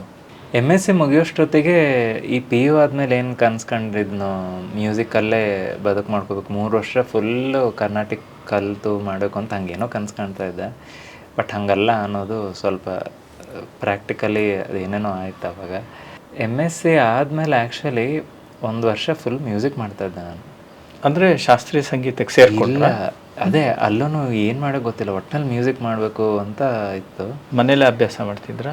ಹಾಂ ಅದೇನು ಮನೇಲಿ ಆ ಟೈಮಲ್ಲಿ FL ಸ್ಟುಡಿಯೋ ಜಮಾನ ಆವಾಗ ನಮಗೆ ಅದು ಪರಿಚಯ ಆಗಿ, ಕಂಪ್ಯೂಟ್ರ್ ಒಂದಿತ್ತಂದರೆ ಕಂಪ್ಯೂಟ್ರ್ ಒಳಗೆ ಜಗತ್ತಲ್ಲಿರೋ ಸೌಂಡ್ಸ್ನೆಲ್ಲ ತೆಗೆದು ಮಾಡ್ಬೋದು ಅನ್ನೋದು ಅವಾಗ ಗೊತ್ತಾಯಿತು. ಓಕೆ, ಅದನ್ನು ಎಕ್ಸ್ಪ್ಲೋರ್ ಮಾಡೋಕ್ಕೆ ಶುರು ಮಾಡಿ ಆಮೇಲೆ ಕೆಲವು ಜನ ಪರಿಚಯ ಆದರು. ಹಿಂಗೇನೋ ಹಾಡು ಕೊಡ್ತಾರೆ, ಅದಕ್ಕೆ ಮ್ಯೂಸಿಕ್ ಮಾಡೋದು ಬ್ಯಾಕ್ಗ್ರೌಂಡಲ್ಲೆಲ್ಲ. ಇದೆಲ್ಲ ಒಂದು ವರ್ಷ ಇದು ಎಕ್ಸ್ಪೆರಿಮೆಂಟ್ ಮಾಡ್ತಾಯಿದ್ದೆ. ಮ್ಯೂಸಿಕ್ ಒಟ್ಟಿನಲ್ಲಿ ಮೂವಿ ಸಾಂಗ್ಸಿಗೆ ಟ್ರ್ಯಾಕ್ಸ್ ಹಾಡಿದ್ದೀನಿ ಅವಾಗ. ಎಲ್ಲ ಆ ಥರದ್ದೆಲ್ಲ ಆಗಿದೆ. ಆಮೇಲೆ ಸಾಂದರ್ಭಿಕವಾಗಿ ಕೇಳ್ತೀನಿ, ಈ ಎದೆ ತುಂಬಿ ಹಾಡುವೆನ್ನು ಕೂಡ ನೀವು ಭಾಗವಹಿಸಿದ್ರಿ. ಒಂದು ಉನ್ನತ ಮಟ್ಟಕ್ಕೆ ತಲುಪಿದ್ರಿ. ಅದರ ಅನುಭವ ಒಂಚೂರು ಹಂಚ್ಕೊಳ್ತೀರಾ? ಅದು ಯಾವ ಅವಧಿಯಲ್ಲಿ ಆಯಿತು? ನೀವು ಕಾಲೇಜಲ್ಲಿ ಇದ್ರಾ ಅಥವಾ ಯಾವ ಒಂದು ಟೈಮ್ ಪೀರಿಯಡ್ ಎಲ್ಲ ಆಯಿತು? ಅದು BHS ಅಲ್ಲಿ ಇರುವಾಗೆ ಆಗಿದ್ದು. ಫೈನಲ್ ಇಯರ್ ಇದ್ದೆ. ಸೊ ಫೈನಲ್ ಇಯರ್ ಇದ್ದಾಗ ಅದು ಆಡಿಷನ್ ಕರೆದಿದ್ರು. ಆಡಿಷನ್ಗೆ ಹೇಗೆ ಆಯ್ಕೆ ಆದ್ರಿ? ನೀವು ಕಳಿಸಿದ್ರಾ? ಇಲ್ಲ, ಅವಾಗ ಓಪನ್ ಆಡಿಷನ್ ಮಾಡೋರು ಒಬ್ಬರು ಫ್ರೆಂಡಿಂದ ಹಿಂಗೆ ಗೊತ್ತಾಯ್ತು, ನಾನು ಹೋಗ್ತೇನೆ ನೀನು ಬರ್ತೀಯ ಅಂತ ಹಿಂಗೆ ಅಂದರು. ಆವಾಗ ಕೆಲವು ಹಿಂಗೆ ಫಂಕ್ಷನ್ಸಲ್ಲಿ ಹಾಡ್ತಾ ಪರಿಚಯ ಆಗಿದ್ದರು, ಅವ್ರ ಜೊತೆ ಹೋಗಿ ಅಲ್ಲಿ ಆಡಿಷನ್ ಅವರು ಹಾಡಿದ್ರು, ನಾವು ಹಾಡಿದ್ವಿ. ಒಂದು ಬೀಟ್ ಪ್ರಧಾನ, ಒಂದು ಮೆಲೋಡಿ ಪ್ರಧಾನ, ಒಂದು ಲೇಟೆಸ್ಟ್ ಅನ್ನೋ ಥರ 3 ಹಾಡು ಕೇಳಿದ್ರು. ಹಾಡಿ ಆವಾಗ ಅಲ್ಲಿ ಆಮೇಲೆ ರಿಸಲ್ಟ್ ಮನೆಗೆ ಹೇಳಿದ್ರು, ಅಲ್ಲಿ ಹಾಡಿರೋ ಆಡಿಷನ್ ಕೊಟ್ಟಿರೋ ಬೇಸಿಸಲ್ಲಿ ಸೆಲೆಕ್ಟ್ ಆಗಿದ್ದೀರಾ ಅಂತ. ಫುಲ್ ಖುಷಿಯಾಗಿ. ಅವಾಗ ಇನ್ನೂ ಸಂಗೀತ ಸೀರಿಯಸ್ ಆಗಿ ಕಲಿಯೋಕ್ಕೆ ಶುರು ಮಾಡಿರಲಿಲ್ಲ. ಮನೆ ಹತ್ರ ಒಬ್ಬರು ಮೇಡಮ್ ಇದ್ದರು, ವಿದ್ವಾನ್ ಕಮಲಾ ಜೋಯ್ಸ್ ಅಂತ, ವಿದುಷಿ ಕಮಲಾ ಜೋಯ್ಸ್ ಅಂತ. ಅವ್ರ ಹತ್ರ ಕಲಿಯೋಕ್ಕೆ ಶುರು ಮಾಡಿದ್ದೆ ಕರ್ನಾಟಿಕ್ಕು. ಬಟ್ ಅವ್ರಿಗೂ ಫೀಲ್ ಆಗೋದು, ನನಗೂ ಫೀಲ್ ಆಗೋದು ಅಂದರೆ ಕರ್ನಾಟಿಕ್ ಯಾಕೋ ಒಗ್ತಾ ಇಲ್ಲ ಅಂತ. ಅಂದರೆ ಚಿಕ್ಕವರಿದ್ದಾಗಿಂದ ಪಂಡಿತ್ ಪುತ್ತೂರು ನರಸಿಂಹ ನಾಯಕ್ ಅವ್ರದ್ದು ಅವ್ರ ಹಾಡೆಲ್ಲ ಕೇಳಿ ಬೆಳೆದಿದ್ದು. ಅದೊಂಥರ ಹಿಂದೂಸ್ತಾನಿ ಕಡೆನೇ ಓರಿಯೆಂಟೇಷನ್ ಇತ್ತು ನನಗೆ. ಅವರು ಬಟ್ ಒಟ್ಟಿನಲ್ಲಿ ಇಂಟ್ರೆಸ್ಟ್ ಇರೋದನ್ನು ಕೇಳಿ ಖುಷಿ ಪಡೋರು. ಅವ್ರ ಜೊತೆ ಒಂದು ವರ್ಷ ಕಾಲ ಕಳೆದಿದ್ದು ಅದೊಂಥರ ಎಕ್ಸ್ಪೀರಿಯೆನ್ಸ್ PU ಟೈಮಲ್ಲಿ ಕಮಲಾ ಜೋಯ್ಸ್ ಮ್ಯಾಮ್ ಹತ್ರ. ಬಟ್ ಅದಾದಮೇಲೆ ಅದು ಸ್ಟಾಪ್ ಆಗಿತ್ತು. ಮೀನ್ಮೇಲೆ ಈ ಥರ ಆಡಿಷನ್ ಸೆಲೆಕ್ಟ್ ಆಗಿ ಅಲ್ಲಿ ಹೋಗಿ 2008 ಅರೌಂಡು ಎಷ್ಟೆಷ್ಟು ಚೆನ್ನಾಗಿ ಹಾಡೋರ್ನೆಲ್ಲ ನೋಡ್ತಾ ಇದ್ದೆ ಅವಾಗ. ಅವರಿಂದ ನೋಡೋಕ್ಕೆ, ಆಮೇಲೆ ಮ್ಯೂಸಿಕ್ ಇರುವಾಗ ಆಡಿಷನ್ ಆದಮೇಲೆ ನೀವು ಇದಕ್ಕೆ ಹೋದ್ರಿ ಸ್ಪರ್ಧೆ. ಅಲ್ಲಿ ಅನುಭವಗಳು ಹೇಳಿ. ಯಾವ ಮಟ್ಟದಲ್ಲಿ ನಿಮಗೆ ಸ್ಟೇಜ್ ಫಿಯರ್ ಒಂದಿರುತ್ತೆ, ಅದನ್ನು ಹೇಗೆ ಓವರ್ಕಮ್ ಮಾಡಿದ್ರಿ? ಮತ್ತು SPB ಇರ್ತಾರೆ, ಅಂಥ ದಿಗ್ಗಜರು ಎದುರು ಕೂತಾಗ ಹಾಡೋದಕ್ಕೆ 8 ಎದೆ ಬೇಕು. ಇದೆಲ್ಲ ಹೇಗೆ ತಾವು ಎದುರಿಸಿದ್ರಿ ಅಂತ? ಅಂದರೆ SPB ಸರ್ ಇದ್ದಾರೆ ಅನ್ನೋ ಗ್ರಾವಿಟಿ ಆಫ್ ಸಿಚುವೇಶನ್ ಗೊತ್ತಿತ್ತು. ಬಟ್ ಹಾಡುವಾಗ ಅದರಿಂದ ಕಾನ್ಷಿಯಸ್ ಆಗೋ ಥರ ಏನು ಆಗಲಿಲ್ಲ. ಅದು ಮೋಸ್ಟ್ಲಿ ಅದೇ ಇಲ್ಲಿ ರಂಗಸೌರಭ ಟೈಮಲ್ಲಿ ಸ್ಟೇಜ್ ಮೇಲೆ ಹಾಡಿ ಸ್ಟೇಜ್ ಮೇಲೆ ಕಾಣಿಸಿ ಹಾಡಿಲ್ಲ ಅನ್ನೋದಾದ್ರೂ ಸ್ಟೇಜ್ ಹಿಂದೆ ಕೂತು ಒಟ್ಟಿನಲ್ಲಿ ಜನರ ಎದುರಿಗೆ ಹಾಡೋದು ಅನ್ನೋದು ಸ್ವಲ್ಪ ಕಂಫರ್ಟ್ ಆಗಿತ್ತು. ಸೊ ಆ ಕಂಫರ್ಟ್ ಅನಿಸುತ್ತೆ. ಅಲ್ಲಿ ನಿಂತು ಹಾಡುವಾಗ ತಪ್ಪು ಹಾಡಿದ್ನೋ ಸರಿ ಹಾಡಿದ್ನೋ ಏನು ಬರುತ್ತೆ ಅದನ್ನು ಹಾಡೋಕ್ಕೆ ತೊಂದರೆ ಆಗಲಿಲ್ಲ ಆವಾಗ. ಆಗಲಿಲ್ಲ ಒಂದು. ಆಮೇಲೆ ಅಂದರೆ ಸ್ವಲ್ಪ ದೊಡ್ಡ ಶಬ್ದ ಅನ್ನಿಸ್ತಾ ಇದೆ. ಬಟ್ ನನ್ನ ಪರಿಧಿಯಲ್ಲಿ ಸಾಹಿತ್ಯಕ್ಕೆ ಹಾಡುವಾಗ ಹೇಗೆ ಹೇಳಬೇಕು ಏನು ಅನ್ನೋದು ಅವಾಗ ಸ್ವಲ್ಪ ಎಚ್ಚರ ಆಗ್ತಿತ್ತು ಅಂತ ಅನಿಸುತ್ತೆ. ಈ ರಂಗ ಸೌರಭಕ್ಕೆ ಹಾಡುವಾಗ, ಆಮೇಲೆ ಆ ಟೈಮ್ಗೆ ಹಾಡುವಾಗ ಅಂದರೆ ಆ ಭಾವಕ್ಕೆ ಎಲ್ಲಿ ಒತ್ತು ಕೊಡಬೇಕು, ಪಲ್ಕುಗಳು ವಿತಿನ್ ಮೈ ವಾಯ್ಸ್ ಬೌಂಡರೀಸ್ ಅಂತ ಅವಾಗ ಫಿಗರ್ ಔಟ್ ಮಾಡ್ತಾ ಇದ್ದೆ. ಇದಕ್ಕೆ ಪ್ಯಾರಲಲ್ ಆಗಿ ನಮ್ಮ ಮಾವ ಅವರು ಹತ್ರ ಒಂದಿನ ತೊರೆದು ಜೀವಿಸಬಹುದೇ ಹಾಡು ತುಂಬ ಇಷ್ಟ. ಪಂಡಿತ್ ವೆಂಕಟೇಶ್ ಕುಮಾರ್ ಅವ್ರು ಹಾಡಿರೋದು. ಸೊ ಅದನ್ನು ಕೇಳಿ ಅದು ಕೂತಿತ್ತು. ಅವ್ರ ಮುಂದೆ ಒಂದು ಸಲ ಮನೆಗೆ ಹೋದಾಗ ಸುಮ್ಮನೆ ಹಾಡಿದ್ದೆ. ಯಾವುದನ್ನ? ತೊರೆದು ಜೀವಿಸಬಹುದೇ ಹಾಡಿದಾಗ ಅವ್ರು ತುಂಬ ಖುಷಿಪಟ್ಟು ಅದೇನು ವ್ಯಕ್ತಪಡಿಸಿದ್ರು ಅದು ಆಮೇಲೆ ಅದು ಒಂಥರ ದಟ್ ವಾಸ್ ಡಿಫೈನಿಂಗ್ ಇದೆಲ್ಲ ಮ್ಯೂಸಿಕಲ್ಲಿ ಏನೇನು ಆಗ್ತಾಯಿದೆ ಅದೆಲ್ಲ ಹೋಗಿ ಎಲ್ಲಿ ಸೇರ್ಬೇಕು ಅನ್ನೋದು ಅದು that actually defined finally. But ಎದೆ ತುಂಬಿ ಹಾಡುವೆನಲ್ಲಿ ಫೈನಲ್ಸ್ವರೆಗೂ ಹೋಗಿದ್ದೆ. ಫೈನಲ್ಸಲ್ಲಿ ರನ್ನರಪ್ ಆಯಿತು. ಬಟ್ ಅಲ್ಲಿ ಗೆದ್ದವರು ಮಧುರಾ ಪಟ್ವರ್ಧನ್ ಅಂತ, ಆಮೇಲೆ ಅಪೂರ್ವ ಅಂತ. ಅವರು ತುಂಬ ವರ್ಷದಿಂದ ಕಲ್ತವ್ರಿದ್ರು ಆ್ಯಂಡ್ ಇಟ್ ವಾಸ್ ಶೋಯಿಂಗ್ ಎಷ್ಟು ಲೀಲಾಜಲವಾಗಿ ಹಾಡ್ತಾ ಇದ್ದಾರೆ ಅನ್ನೋದು. ಸೊ ನನಗೂ ಕಲಿಬೇಕಂತ ಮೊದಲಿಂದ ಇತ್ತು. ಆ ಟೈಮಲ್ಲಿ ಹೀಗೆ ರಂಗಸೌರಭ ಕಡೆ ಪ್ರತಿಮಾತ್ರೆ ಅವರು ಬರೋಕ್ಕೆ ಶುರು ಮಾಡಿದ್ರು. ಸೊ ಅವ್ರ ಹತ್ರ ಶುರು ಮಾಡಿ ಒಂದು 2-3 ತಿಂಗಳ ಆಗೋಷ್ಟೊತ್ತಿಗೆ ಅವರು ಇನ್ನೊಬ್ಬರ ಹತ್ರ ಸೇರಿಸಿದ್ರು, ಈ ಥರ ಪಂಡಿತ ವಿದೇಶಣ ಅಂತ. ಅವ್ರ ಹತ್ರ ಸೇರಿದ್ದು ಇನ್ನೂ ಪ್ರತಿಮಾ ಅಂದರೆ ನಮ್ಮ ವಿದ್ಯಾರ್ಥಿನಿ ಪ್ರತಿಮಾತ್ರೆ ಅವ್ರು ಇಲ್ಲಿ ಸೇರಿಸಿದ್ರು. ಸೊ ಇನ್ನು ಅಲ್ಲೇ ಕಂಟಿನ್ಯೂಯಿಂಗ್ ಬಿಟ್ಟಿಲ್ಲ, ಈಗಲೂ ಅಭ್ಯಾಸ ಮುಂದುವರಿಸಿದೆ. ಸೊ ನೀವು ಎದೆ ತುಂಬಿ ಹಾಡುವೆನು ಆ ಒಂದು ಕಾರ್ಯಕ್ರಮ ಅಥವಾ ಸ್ಪರ್ಧೆಯಲ್ಲಿ ಭಾಗವಹಿಸಿ ಆದಮೇಲೆ ನೀವು ಶಾಸ್ತ್ರೀಯ ಸಂಗೀತ ಕಲಿಯಕ್ಕೆ ಶುರು ಮಾಡಿದ್ರಿ. ಅದು ಕಲಿದಲೇನೆ ನೀವು ಫೈನಲ್ಸ್ ಪ್ರವೇಶ ತಗೊಂಡಿದ್ರಿ. ಅದು ತುಂಬ ಒಳ್ಳೆ ಅಭಿನಂದನೀಯ ಕೆಲಸ ಅಂತಲೇ ಹೇಳ್ಬೋದು. ತುಂಬ ಸಂತೋಷ. ಆಮೇಲೆ ವೇಣು ಅವರೇ, ಮ್ಯಾಥಮ್ಯಾಟಿಕ್ಸ್ ಮತ್ತು ಸಂಗೀತ ಇದಕ್ಕೇನಾದ್ರು ನಿಮಗೆ ಸಂಬಂಧ ಕಾಣಿಸ್ತಾ ಇದೆಯಾ, ಅಥವಾ ನಿಮಗೆ ಹೇಗೆ ಅದು ಹೌ ದೇ ಆರ್ ಕನೆಕ್ಟೆಡ್ ಅನಿಸುತ್ತೆ? ಯಾಕೆ ಪ್ರಶ್ನೆ ಕೇಳ್ತೀನಿ ಅಂದರೆ, ಐನ್ಸ್ಟೈನ್ ಕೂಡ ಅವನಿಗೆ ಸಂಗೀತದಲ್ಲಿ ಸ್ವಲ್ಪ ಒಲವಿತ್ತು, ಪಿಯಾನೋ ಅದು ಇದು ನುಡ್ಸೋನು. ಆಮೇಲೆ ಒಂದ್ಸಲ ನಾನು ರಾಜಾರಾಮಣ್ಣ ಅವ್ರನ್ನ ಸಂದರ್ಶನ ಮಾಡಿದಾಗ ಒಂದು ಪ್ರಶ್ನೆ ಕೇಳಿದ್ದೆ, ಸರ್ ತಾವೇನಾದರೂ ಫಿಸಿಸಿಸ್ಟ್ ಆಗದೆ ಇದ್ದಿದ್ರೆ ಏನಾಗ್ತಾ ಇದ್ರಿ ಅಂತ. ಓಕೆ. ಅವರು ಒಳಗೆ ಕರ್ಕೊಂಡೋಗಿ ಪಿಯಾನೋ ನುಡ್ಸಿದ್ರು ಅಷ್ಟೇ. ಅದೇ ಅವರು ಉತ್ತರ. ಅಂದರೆ ನನಗೆ ಅವಾಗ ತಕ್ಷಣ ಅನಿಸಿದ್ದು, ಲಾಜಿಕಲ್ ಥಿಂಕಿಂಗು ಮ್ಯೂಸಿಕ್ಗೂ ಎಲ್ಲೋ ಒಂದು ಸಂಬಂಧ ಇದೆಯಾ ಅಂತ. ಇದಕ್ಕೆ ನಿಮ್ಮ ಪ್ರತಿಕ್ರಿಯೆ? ಅಂದರೆ ಆ ಬೀಟ್ಸು ಮತ್ತು ಎಲ್ಲಿ ಗ್ಯಾಪ್ ಕೊಡಬೇಕು, ಯತಿಸ್ಥಾನ ಯಾವುದು ಎಷ್ಟು ಸ್ವರ ಎಳಿಬೇಕು ಅಥವಾ ತುಂಡು ಮಾಡಬೇಕು, ಎಲ್ಲೋ ಒಂದು ಕಡೆ ಅದೆರಡು ಕನೆಕ್ಟ್ ಆಗುತ್ತೆ ಅನಿಸುತ್ತಾ ನಿಮಗೆ? ಓಕೆ. ಯಾಕೆಂದರೆ ನಿಮಗೆ ಮ್ಯಾಥಮೆಟಿಕ್ಸು ಪ್ರೀತಿ ಇದೆ, ಸಂಗೀತನೂ ಸಿದ್ಧಿಸಿದೆ, ಅಂದರೆ ಅದೆರಡು ಕನೆಕ್ಟ್ ಆಗುತ್ತಾ ಅನ್ನೋದು ನನ್ನ ಕುತೂಹಲದ ಪ್ರಶ್ನೆ ವೀಕ್ಷಕರ ಪರವಾಗಿ. ಖಂಡಿತ. ಲಾಜಿಕ್ ಇದೆ ಅಲ್ವಾ, ಸೊ ಲಾಜಿಕ್ ಒಂಥರ ಕೋಲ್ಡ್, ಅಂದರೆ ಅದಕ್ಕೇನು ನೀವೇನು ಫೀಲ್ ಆಗ್ತೀರಾ ಅನ್ನೋದಕ್ಕೆ ಸಂಬಂಧ ಇಲ್ಲ. ನಿರ್ಭಾವುಕ. ಇಟ್ಸ್ ಕೋಲ್ಡ್ ಫ್ಯಾಕ್ಟ್ ಅನ್ನೋ ಥರ ಇರುತ್ತೆ. ಹೌದು. ಆ ಫ್ಯಾಕ್ಟ್ಸ್ ಮೇಲೆ ಆ ಫ್ಯಾಕ್ಟ್ಸು ಆ ಮ್ಯಾಥಮೆಟಿಷಿಯನ್ಸ್ ಲ್ಯಾಮೆಂಟ್ ಅಂತ ಒಂದು PDF ಸಿಗುತ್ತೆ. ಅದು ಬುಕ್ಕನ್ನು ಪೂರ್ತಿ ದೊಡ್ಡ ಬುಕ್ಕಲ್ಲ, ತುಂಬ ಚಿಕ್ಕದೊಂದು PDF. ಅದರಲ್ಲಿ ಇದಕ್ಕೆ ಸಂಬಂಧಪಟ್ಟ ವಿಚಾರಗಳು ಬರ್ತಾ ಹೋಗುತ್ತೆ. ಈ ಕೋಲ್ಡ್ ಫ್ಯಾಕ್ಟ್ಸ್ ಎಲ್ಲ ಇದ್ರೂ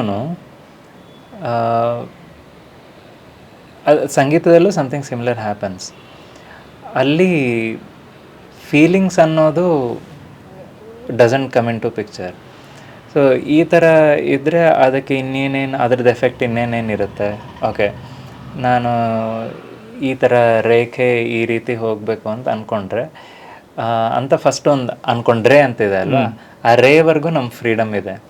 ಆ ರೇ ಆದಮೇಲೆ ಅದು ಅದಕ್ಕೆ ಅದರದೇ ಆದ ಮ್ಯಾನಿಫೆಸ್ಟೇಷನ್ ಶುರು, ನಿಯಮಗಳಿಗೆ ಒಳಪಡುತ್ತೆ. ಅದು ಏನೇನು ಒಳಪಡುತ್ತೆ ಅನ್ನೋದು ನಾವು ವಿಲ್ ಸ್ಟಾರ್ಟ್ ಟು ಡಿಸ್ಕವರ್. ಅದೊಂಥರ ಗಿವ್ ಆ್ಯಂಡ್ ಟೇಕ್ ಅನ್ನೋ ಥರ ಇರುತ್ತೆ. ಬಟ್ ಸಂಗೀತದ ವಿಷಯಕ್ಕೆ ಬಂದಾಗೂ ಆ್ಯಕ್ಚುಲಿ ಈ ರಿದಮ್ ತೊಗೊಂಡ್ರೆ ಆಗಲಿ ಅಥವಾ ನೋಟ್ಸು, ಅದರಲ್ಲಿ ಮ್ಯಾಥ್ಸ್ ಇದೆ. ಅಂದರೆ ಒಂದು ನೋಟಿಂದ ಈ ಒಂದು ಸಿ ಅಂತಂದರೆ ಅದ್ರ ಮೇಲಿನ ಸಿ ಇದರದ್ದು 2 times ಫ್ರೀಕ್ವೆನ್ಸಿ ಇರುತ್ತೆ. ಆಮೇಲೆ ಪ್ರತಿ ಸ್ಟೆಪ್ಪು 2^1/12 ಮಲ್ಟಿಪ್ಲೈ ಆಗ್ತಾ ಹೋಗುತ್ತೆ. ಇದೆಲ್ಲ ವಿಷಯ ಇದೆ. ಈ ವಿಷಯದ ಎಲ್ಲದರ ಆಚೆ ಕಡೆ ಆಯಿತು, ಅದೆಲ್ಲ ಕೋಲ್ಡ್ ಫ್ಯಾಕ್ಟ್ ಸರಿ. ಬಟ್ ಅದರಲ್ಲಿ ಈ ಸೆಟ್ ಆಫ್ ಶ್ರುತಿಗಳನ್ನ ಈ ರೀತಿ ಎಲ್ಲ ನುಡಿಸಿದಾಗ ಅಥವಾ ಹಾಡಿದಾಗ ಅದು ನನ್ನ ಮನಸ್ಸಿನ ಮೇಲೆ ಏನು ಪ್ರಭಾವ ಬೀರ್ತಾ ಇದೆ ಅನ್ನೋದು ಬಿಗ್ ಪಾರ್ಟ್ ಆಫ್ ಮ್ಯೂಸಿಕ್ ನಮಗೆ. ಬಟ್ ಅದೆಲ್ಲ ಪಕ್ಕಕ್ಕಿಟ್ಟು ಬರೀ ಸೈಂಟಿಫಿಕ್ಕಾಗಿ ನೋಡ್ತೀನಂದರೆ ಹಾಗೂ ನೋಡ್ಬೋದು ಮ್ಯೂಸಿಕ್ನ, ಅದೂ ಇದೆ. ಹಾಗಿದೆ ಮ್ಯೂಸಿಕಲ್ಲಿ ಎರಡೂ ಕೋಣಗಳಿವೆ. ಸೊ ಆ ರೀತಿ ನೋಡಿದಾಗ ಮ್ಯಾಥಮೆಟಿಕಲ್ ಹಾಡುವಾಗೂ ಹಿಂದೂಸ್ತಾನಿಲಿ ಅಥವಾ ಕರ್ನಾಟಿಕಲ್ಲಂತೂ ಇನ್ನೂ ಭರ್ಜರಿಯಾಗಿ ಸಿಗುತ್ತೆ ಈ ಲೆಕ್ಕಾಚಾರಗಳು. ಒಂದು ಸೈಕಲ್ ಎಂಟು ಬೀಟಿಂದ ಒಂದು ಸೈಕಲ್ ಅಂತ ಇಟ್ಕೊಂಡ್ರೆ ಆ 8 ಈಗ ನಾನು ಎಕ್ಸ್ಪ್ರೆಸ್ ಮಾಡ್ಕೊಳ್ಳೋದು ಅಂತ ಆದರೆ ನನಗೆ ಈಗ ಏನೋ ಒಂದು ಥಾಟ್ ಪ್ರೋಸೆಸ್ ಇದೆ. ಆ ಥಾಟ್ ಪ್ರೋಸೆಸ್ಸಲ್ಲಿ 5 ಸ್ವರಗಳದ್ದು ಒಂದು ಗುಚ್ಛ ತುಂಬ ಚೆನ್ನಾಗಿ ಅನ್ನಿಸ್ತಾ ಇದೆ, ನಾನು ಹಾಡ್ತೀನಿ. ಬಟ್ ಹಾಡಿದ್ದಕ್ಕೆ ಒಂದು ಇದು ಆಲ್ಮೋಸ್ಟ್ ಮೂವಿ ತೆಗೆದಂಗೆ, ಕತೆ ಬರ್ದಂಗೆ ಆ ಬಂದಿರೋ ಒಂದು ಥಾಟ್ಗೆ ಒಳ್ಳೆ ಕನ್ಕ್ಲೂಷನ್ ಬರಬೇಕು. ಥಾಟ್ ಚೆನ್ನಾಗಿದೆ, ಸೊ ಕನ್ಕ್ಲೂಷನ್ ಬರಬೇಕಂದ್ರೆ ಆ ಕನ್ಕ್ಲೂಷನ್ ಜನರಲಿ ಇದೇ ಥರದ 5 ಪ್ಯಾಟರ್ನು ಫಾರ್ ಎಕ್ಸಾಂಪಲ್ 3 ಮಾಡಿ ಆ 3ನೇದನ್ನು ಕೊನೆಗೆ ಮತ್ತೆ 1ನೇ ಪ್ರತಿ ಸೈಕಲ್ನಲ್ಲಿ ಬರೋ 1ನೇ ಏಟಿಗೆ ಅಥವಾ ಮಾತ್ರೆಗೆ ಬಂದು ಸೇರ್ಕೋಬೇಕು, ಹೋಗಿ ಸೇರಬೇಕು. ದೆನ್ ಇದೆಲ್ಲ ಮಾಡಿದ್ದ ಐಡಿಯಾ ಒಂಥರ ಕನ್ಕ್ಲೂಡ್ ಆಯಿತು. ಈ ಥರದ ಲೆಕ್ಕಾಚಾರಗಳೂ ಇದೆ. ಬಟ್ ಆ ಲೆಕ್ಕಾಚಾರಕ್ಕೂ ಒಂದು ಇಂಟೆಲೆಕ್ಚುಯಲಿ ಸ್ಯಾಟಿಸ್ಫ್ಯಾಕ್ಷನ್ನು, ಅಂದರೆ ವಾವ್ ಏನು ಚೆನ್ನಾಗಿದೆ ಅಂತ. ಬಟ್ ಇನ್ನೊಂದು ಈ ಲೆಕ್ಕಾಚಾರಕ್ಕೆ ಏನು ಒಳಪಡದ ಒಬ್ಬ ಸಾಮಾನ್ಯ ಕೇಳುವನಿಗೆ ಎಮೋಷ್ನಲಿ ಏನಾದ್ರು ಕನೆಕ್ಟ್ ಆದರೆ ಈ ಲೆಕ್ಕಾಚಾರ ಅವ್ರು ಮಾಡಿದ್ದೆಲ್ಲದಕ್ಕೂ ಏನು ಫ್ಲೋ ಇದೆ ಅದು ಅವ್ರಿಗೆ ಎಮೋಷ್ನಲಿನೂ ಟಚ್ ಆಗ್ತಾ ಇರುತ್ತೆ. ಸೊ ಅದು ಸಂಗೀತ ಅನ್ನೋದು ಒಂದೇ ಇದ್ರೂ ಒಂದು ಕಡೆ ಇಂಟೆಲೆಕ್ಚುಯಲಿನೂ ನೋಡ್ಬೋದು, ಇನ್ನೊಂದು ಕಡೆ ನಮ್ಮ ಹೃದಯ ಕೊಟ್ಟು ಕೇಳಿಸ್ಕೋಬೋದು. ಎರಡೂ ರೀತಿಯಿಂದ ಅಪೀಲ್ ಆಗುತ್ತೆ. ಸೊ ಏನಂತೀವಿ ಅದು ಲಾಜಿಕಲ್ಲು ಅಲ್ಲ, ಅದಕ್ಕೆ ಒಂದು ವರ್ಡು ಇದು ಹೃದಯಕ್ಕೆ ಸಂಬಂಧಪಟ್ಟಿದ್ದು, ಮೇ ಬಿ ಇದು ಮೈಂಡಿಗೆ ಸಂಬಂಧಪಟ್ಟಿದ್ದು. 2 ರೀತಿ ನೋಡ್ಬೋದು. ಮೈಂಡಿಗೆ ಸಂಬಂಧಪಟ್ಟಿದ್ರಲ್ಲಿ ನಿಮಗೆ ತುಂಬ ಮ್ಯಾಥಮೆಟಿಕ್ಸು ಇದೆಲ್ಲ ಬರ್ತಾ ಹೋಗುತ್ತೆ. ಬಟ್ ಅದರದ್ದು ಔಟ್ಕಮ್ ನಿಮಗೆ ಈ ಕಡೆ ಒಂದು ರೀತಿ ಔಟ್ಕಮ್ ಅಂದರೆ ಮನಸ್ಸಿಗೆ ಏನು ಮಾಡ್ತಾ ಇದೆ ಅದು ನನಗೆ emotional value or emotive value ಅನ್ನೋದು ಇದೆ. ಆಮೇಲೆ ಅಷ್ಟೂ ಅಲ್ಲದೆ ಈಗ ನಾನು ಇಲ್ಲಿ RV ಕಾಲೇಜ್ ಆಫ್ ಇಂಜಿನಿಯರಿಂಗಲ್ಲಿ ಸೆಕೆಂಡ್ ಇಯರಲ್ಲಿ ಎಬಿಲಿಟಿ ಎನ್ಹಾನ್ಸ್ಮೆಂಟ್ ಕೋರ್ಸ್ ಅಂತ ಇದೆ. ಅಲ್ಲಿ ಸಂಗೀತ ಅನ್ನೋದು ಒಂದು ಸಬ್ಜೆಕ್ಟು. ಅದು ನಂಗೆ ಬಂದಿದೆ ಆ ಸಬ್ಜೆಕ್ಟ್ ತೊಗೊಳ್ಳೋ ಚಾನ್ಸು. ಸೊ ತೊಗೊಳ್ತಾ ಹುಡುಗರ ಜೊತೆ ಇದೆಲ್ಲ ನೋಡ್ತಾ ಇರ್ತೀನಿ. ಕೆಲವ್ರು ಹುಡುಗರಿಗೆ ಅಲ್ಲಿ ನೀವು ಪ್ರಾಕ್ಟಿಕಲ್ ಆಗಿ ಹಾಡಿ ಅಥವಾ ಮಾಡಿ ತೋರಿಸ್ತೀರಾ? ಈಗ ಏನು ಹೇಳ್ತಾ ಇದ್ದೀನಿ ಇದೆಲ್ಲ ತುಂಬ ಎಂಜಾಯ್ ಮಾಡ್ತಾರೆ, ತುಂಬ ಮಾಡ್ತಾರೆ. ಗುಡ್. ಅಲ್ಲಿ ಅಫ್ಕೋರ್ಸ್ ಸಬ್ಜೆಕ್ಟನ್ನು ಮಾಡಿದ್ಮೇಲೆ ಅಟೆಂಡೆನ್ಸು ಅದೆಲ್ಲ ಬರುತ್ತೆ. ಬಟ್ ಅದೆಲ್ಲ ಒತ್ತಟ್ಟಿಗಿದ್ದು ಮಾರ್ಕ್ಸು ಅಟೆಂಡೆನ್ಸು ಇದನ್ನು ಈ ಪ್ಯೂರ್ ಚಿಕ್ಕ ಮಕ್ಕಳದೊಂದು ಕುತೂಹಲ ಏನಿದೆ ಅದನ್ನು ಸಾಧ್ಯ ಆದಷ್ಟು ಬನಾಕೆ ರಹನ ಅಂತ ಉಳಿಸ್ಕೊಂಡು ಹೋಗೋಕ್ಕೆ ಪ್ರಯತ್ನ ಮಾಡ್ತಾ ಇರ್ತೀನಿ. ತಕ್ಕ ಮಟ್ಟಿಗೆ ಸಫಲನೂ ಅನಿಸುತ್ತೆ. ಅಂದರೆ ಆ ಕ್ಲಾಸ್ ಆದಾಗ ಹುಡುಗರಿಗೆ ವಾವ್ ಅನಿಸಿದಾಗ ಅಲ್ಲ ಅದು ಗೊತ್ತಾಗ್ಬಿಡುತ್ತೆ. ಕ್ಲಾಸ್ ಮುಗಿತಾ ಇದ್ದಾಗೆ ಹುಡುಗರ ಕಣ್ಣಲ್ಲಿ ಒಂದು ಮಿಂಚು ಕಾಣಿಸಿದ್ರೆ ಓ ಇವತ್ತು ಪಾಠ ಮಾಡಿದ್ದು ಸಾರ್ಥಕ. ಕರೆಕ್ಟ್. ಅದು ನಿಮ್ಗೆ ಕಾಣಿಸಿದ್ರೆ ಮುಗಿದು that's the best certificate A teacher can obtain from the students. ಅಲ್ವಾ? ಯಾವ FDPನೂ ಬೇಡ, ಏನು ಬೇಡ. ಹೌದು ಕರೆಕ್ಟ್ ಸರ್. ಹೌದು. ಆಮೇಲೆ ನಮ್ಮ ಕಾಲೇಜಲ್ಲೂ ನಮ್ಮ ಪ್ರಿನ್ಸಿಪಲ್ಗೂ ನೀವು ಕೇಳಿದಂಗೆ ತುಂಬ ಪ್ಯಾಷನ್ ಇದೆ. ಮ್ಯೂಸಿಕಲ್ಲಿದೆ, ಮ್ಯಾಥ್ಸ್ ಅಲ್ಲೂ ಇದೆ. ಸೊ ಎರಡೂ ಇರೋ ವ್ಯಕ್ತಿ ನೀನು ಮಾಡಬೇಕು, ನೀನು ಯು ಶುಡ್ ಡೂ ಸಮಥಿಂಗ್ ಅಂತ. ಅದೇ ನನಗೂ ಅದು ಹುಡುಕಾಟದಲ್ಲಿ ಇರ್ತೀನಿ. ಬಟ್ ಏನೇ ಇದ್ದರೂ ಅದು ನ್ಯಾಚುರಲ್ಲಾಗಿ ಬರಲಿ, ನಾನು ಫೋರ್ಸ್ ಮಾಡಿ ಮ್ಯಾಥ್ಸ್ ಮ್ಯೂಸಿಕ್ನ ಏನೋ ಹೊಂದಾಣಿಕೆ ಮಾಡೋಕ್ಕೆ ಹೋಗಿ ಕಸರತ್ತು ಆಗಬಾರ್ದು ಅನ್ನೋದು ಇದೆ. ನಿಧಾನವಾಗಿ ಬರ್ತಾ ಇದೆ, ನೋಡೋಣ ಏನೇನು. ಇದು ಒಳ್ಳೆ ಆಲೋಚನೆ. ಅಂದರೆ ಗಣಿತ ಅಥವಾ ಗಣಿತದ ಆಲೋಚನೀಯ ಕ್ರಮ ಮತ್ತು ಸಂಗೀತದ ಅವರೋಹಣ ಕ್ರಮ ಮತ್ತು ಆ ಒಂದು ಇದನ್ನು ಹೇಗೆ ಒಗ್ಗೂಡಿಸೋದು ಅಥವಾ ಇದರ ಬಗ್ಗೆ ನಾವು ಹೇಗೆ ಒಂದು ಸಮಗ್ರವಾದ ನಿಲುವನ್ನು ತಳೆಯೋದು ಅನ್ನೋದಕ್ಕೆ ನಿಮ್ಮ ಕಡೆಯಿಂದ ನಾವು ತುಂಬ ಅಪೇಕ್ಷೆ ಮಾಡ್ತೀವಿ. ಮುಂದಿನ ದಿನಗಳಲ್ಲಿ ಒಂದು ರಿಸರ್ಚ್ ಪೇಪರು, ಒಂದು ವೆಬಿನಾರ್, ಒಂದು PhD ಮಾಡ್ಬೋದು ಅನ್ಸುತ್ತೆ ನೀವು ಮನಸ್ಸು ಮಾಡಿದ್ರೆ. ಇರಲಿ, ಭಾಳ ಸಂತೋಷ. ಇವಾಗ ತಾವು ಗಣಕಯಂತ್ರದ ವಿಷಯಗಳನ್ನು ಪಾಠ ಮಾಡ್ತೀರಾ, ಅಂದರೆ ಲ್ಯಾಂಗ್ವೇಜ್, ಕಂಪ್ಯೂಟರ್ ಲ್ಯಾಂಗ್ವೇಜಸ್ಸು. ಹಾಂ, ಅಂದರೆ ಅದಕ್ಕೂ ಸಂಗೀತಕ್ಕೂ ಏನಾದ್ರು ಸಂಬಂಧ ಕಾಣುತ್ತಾ ನಿಮಗೆ? ಅಂದರೆ ಅದಕ್ಕೂ ಸಂಗೀತಕ್ಕೂ ಅಂದರೆ ಅದು ಮ್ಯಾಥ್ಸ್ ಮೂಲಕ. ಹಾಂ, maths is the Logic and between sequence. ಸಂಗೀತ and computer programming also. Python ಪಾಠ ಮಾಡಿದ್ದೆ. ಸೊ ಅದು ಮಾಡುವಾಗ ಅದು ಪ್ರೋಸೆಸ್, ಲರ್ನಿಂಗ್ ಪ್ರೋಸೆಸ್ಸು, ಆಮೇಲೆ ಪ್ರೋಗ್ರಾಮಿಂಗ್ ಎಲ್ಲ very similar to how as a mathematics person we think. ಒಂದು ಲೂಪಲ್ಲಿ ಏನೋ ಹಾಕ್ತಾ ಇದ್ದಾರೆ ಅಂದರೆ ಅದು ನಾವು ಹೇಳಿದ ಔಟ್ಪುಟ್ಟೇ ಕೊಡುತ್ತೆ ಅಂದರೆ ಹೆಂಗೆ ಕೊಡುತ್ತೆ ಎಲ್ಲ ರನ್ ಮಾಡಿ ನೋಡೋದು, ಇದೆಲ್ಲ process very same what we do in mathematics research. So ಹಾಗಾಗಿ ಅದು ತುಂಬ ಏನು ಅವಿಭಾಜ್ಯ ಅಂಗ ಥರನೇ ನಮಗೆ ಮ್ಯಾಥ್ಸಿಗೆ. ಒಂದೆರಡು ವೈಯಕ್ತಿಕ ಪ್ರಶ್ನೆ ಕೇಳ್ತೀನಿ. ಈಗ ತಮ್ಮ ವ್ಯಕ್ತಿತ್ವ ನೋಡಿದ್ರೆ, ತಮ್ಮ ಒಂದು ಹಿನ್ನೆಲೆಯನ್ನು ನೋಡಿದ್ರೆ ಸಾಂಪ್ರದಾಯಿಕವಾದ ಕುಟುಂಬದಲ್ಲಿ ಬಂದವರು. ಜೊತೆಗೆ ನಾನು ತಮ್ಮ ಬಯೋಡೇಟಾ ನೋಡಿದಾಗ ಗೊತ್ತಾಯಿತು, ಉತ್ತರಾದಿ ಮಠದ ಆಸ್ಥಾನ ವಿದ್ವಾಂಸರು ತಾವು. ಈಗ ಈ ಅಧ್ಯಾತ್ಮಕ್ಕೂ ಈ ಗಂಧರ್ವ ವಿದ್ಯೆ ಅಂತೀವಿ ಸಂಗೀತನ, ಇದಕ್ಕೂ ಹೇಗೆ ನಿಮಗೆ ತಾಳೆ ಆಯಿತು? How you could match these to ಅಂತ. ಸಾಮಾನ್ಯವಾಗಿ ಸಂಗೀತವನ್ನು ಅಷ್ಟು ಅಧ್ಯಾತ್ಮದಲ್ಲಿ ಸ್ವಲ್ಪ ಒಂದು ಲಿಮಿಟಲ್ಲಿ ಇಡ್ತಾರೆ. ಹೀಗಾಗಿ ಪ್ರಶ್ನೆ ಇದು ನಾನು ಅಂದ್ಕೊಂಡಿರೋದು. ತಪ್ಪಾಗಿದ್ದರೆ ನೀವು ತಿದ್ಬೋದು. ಇಲ್ಲ, ಹಾಂ, ಓಕೆ. ನಮ್ಮದು ಯೋಚನೆ ಸ್ವಲ್ಪ ಭಿನ್ನವಾಗಿದೆ. ನಾವು ಚಿಕ್ಕವರಿದ್ದಾಗಿಂದ ಕೇಳಿದ್ದು ನಾರದರ ಬಗ್ಗೆ. ಎಲ್ಲಿ ಹೋದರೂ ಹರಿನಾರಾಯಣ, ಅದರ ಗಾನ, ತುಂಬೂರು ನಾರದರು, ಆ ಕತೆಗಳು, ಹಾಡಿ ತಂಬೂರಿ ಕಲ್ಲೊಳಗೆ ಕರಗಿ ತಂಬೂರಿ ಸಿಕ್ಕಾಕೊಳ್ಳೋದು ಕಲ್ಲಲ್ಲಿ, ಈ ಥರ ಶಕ್ತಿ ಇದೆ ಹಾಡಿಗೆ ಅಂತ. ಆಮೇಲೆ ಚಿಕ್ಕವರಿದ್ದಾಗಿಂದ ಅಪ್ಪ ಮನೆಗೆ ಪ್ರವಚನ ಕರೆಸೋರು, ಪ್ರವಚನ ಹೇಳೋರು, ಹಾಡುಗಳ ಅವಿಭಾಜ್ಯ ಅಂಗ ಪ್ರವಚನಲ್ಲಿ. ಹಾಗಾಗಿ ಸಂಗೀತ ಮತ್ತು ಆಧ್ಯಾತ್ಮ ಅಂದರೆ ಸಂಗೀತನ ಬರೀ ಸಂಗೀತವಾಗಿ ಅಷ್ಟೇ ನೋಡ್ತಾ ನಾನು ಕೇವಲ ಸಂಗೀತಗಾರ, ಯಾವುದಕ್ಕೆ ಬೇಕಾದ್ರೂ ಅಪ್ಲೈ ಮಾಡ್ತೀನಿ ಅನ್ನೋ ಒಂದು ಅಪ್ರೋಚು ಇದೆ. ಅದು ಭಿನ್ನ ಜೀವ ಭಿನ್ನ ಕರ್ಮ. ನನಗೆ ಸಂಗೀತ ಆ್ಯಸ್ ಎ ಪಾರ್ಟ್ ಆಫ್ ಅಧ್ಯಾತ್ಮನೇ ನೋಡಿ ಗೊತ್ತಿರೋದು ನನಗೆ. ಅಂದರೆ ಬೇರೆನೂ ಗೊತ್ತು, ಬೇರೆ ಯಾವ ರೀತಿ ಅನುಸಂಧಾನಗಳಿದೆ ಸಂಗೀತದ ಬಗ್ಗೆ ಅಂತ. ಅದೇ ಕಲೆ ಅಂದಾಗ ಅದು ಕಲುಷಿತ ಅನ್ನೋ ಬಟ್ ಆದ್ರೆ ಅದನ್ನು ಒಪ್ಕೊಳ್ತೇವೆ. ದಾಸ ಸಾಹಿತ್ಯ ಕೊಟ್ಟಿದ್ದೇ ನಮಗೆ ಅಧ್ಯಾತ್ಮದ ಒಂದು ಹಿನ್ನೆಲೆಯ ಸಂಗೀತದ್ದು. ಮತ್ತೆ ಅನೇಕ ರಚನೆಗಳು ಇಂತಹ ವಿಶಿಷ್ಟ ವ್ಯಕ್ತಿಗಳಿಂದಾನೇ ಆಗಿದ್ದು. ಬಟ್ ಅದು ಕಲೆ ಕಲುಷಿತ ಅನ್ನೋ ಯೋಚನಾ ಲಹರಿ ಯಾಕೆ ಬಂತು ಅಂತಲೂ ನಂಗೊಂದು ಅಂದಾಜಿದೆ. ಅಂದರೆ ಯಾಕಂದರೆ ಸಂಗೀತ ಅನ್ನೋದು ಒಬ್ಬ ವ್ಯಕ್ತಿಗೆ ಬರುತ್ತೆ ಅಂದರೆ ಆ ಹಾಡಕ್ಕೆ ಕೂತಾಗ ಕೇಳುಗರು ಸಂಗೀತಕ್ಕೆ ಮನಸೋಲ್ತಾರೆ, ಬಟ್ ಎಲ್ಲೋ ಗೊತ್ತಿಲ್ಲದೆ ಸಂಗೀತಗಾರನಿಗೂ ಮನಸೋಲ್ತಾರೆ.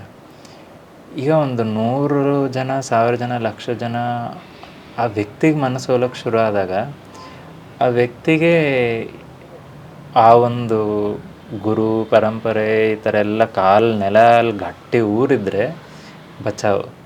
ಇಲ್ಲಾಂದರೆ ಈಸಿಯಾಗಿ ತಲೆಗೇರಿ 100 ಜನ ಫ್ಯಾನ್ಸು ಎಲ್ಲಿ ತೊಗೊಂಡೋಗಿಡ್ತಾ ಇದ್ದಾರೆ, ಅದು ಈಸಿ ಬಿಲೀವ್ ಮಾಡೋದು. ಆ್ಯಂಡ್ ಇಟ್ಸ್ ತುಂಬ ಖುಷಿನೂ ಆಗುತ್ತೆ ಬಿಲೀವ್ ಮಾಡೋಕ್ಕೆ. ಸೊ ಎಲ್ಲ ಹೋಗಿ ಆಮೇಲೆ ಫಸ್ಟ್ ಆಫ್ ದ ಎಲ್ಲದಕ್ಕೂ ಮೊದಲು ಸಂಗೀತ ತಾನೇ ಅದೆಲ್ಲ ಮಂದ್ರದ ಕತೆ ಆಗ್ಬಿಡುತ್ತೆ. ಮಂದ್ರ ಓದಿದ್ದೀರಾ ನೀವು? ಇಲ್ಲ, ಅದೇ ಓದ್ಬೇಕು. ಓಕೆ, ಮಂದ್ರ ಓದಲೇಬೇಕು ಭೈರಪ್ಪನವ್ರದ್ದು. ಆಮೇಲೆ ನೀವು ಯೂಟ್ಯೂಬ್ನಲ್ಲಿ ಕೂಡ ಇವಾಗ ಬಹಳ ಈ ಏನದು ದಾಸೋಹಂ, ಅದರಲ್ಲಿ ತಾವು ತುಂಬ ಚೆನ್ನಾಗಿ ಬೆಳೆಸ್ತಾ ಇದ್ದೀರಿ. ನೋಡಿದೆ, ಲಕ್ಷಗಟ್ಟಲೆ ಸಬ್ಸ್ಕ್ರೈಬರ್ಸ್ ಇದ್ದಾರೆ. ಮತ್ತು ವ್ಯೂವರ್ಶಿಪ್ ನೋಡಿದ್ರೆ ಎಷ್ಟೋ ಆಗೋಗ್ಬಿಟ್ಟಿದೆ. ಹೀಗೆಲ್ಲ ನಿಮಗೆ ಈ ಒಂದು ಯೂಟ್ಯೂಬ್ ಅಥವಾ ಇನ್ನೊಂದು ಯಾವುದೋ ಡಿಜಿಟಲ್ ಮೀಡಿಯಾಕ್ಕೆ ಬರಬೇಕು ಅಂತ ಯಾಕೆ ಅನ್ನಿಸ್ತು? ಅದನ್ನ ಹೇಗೆ ಬೆಳೆಸಿದ್ರಿ?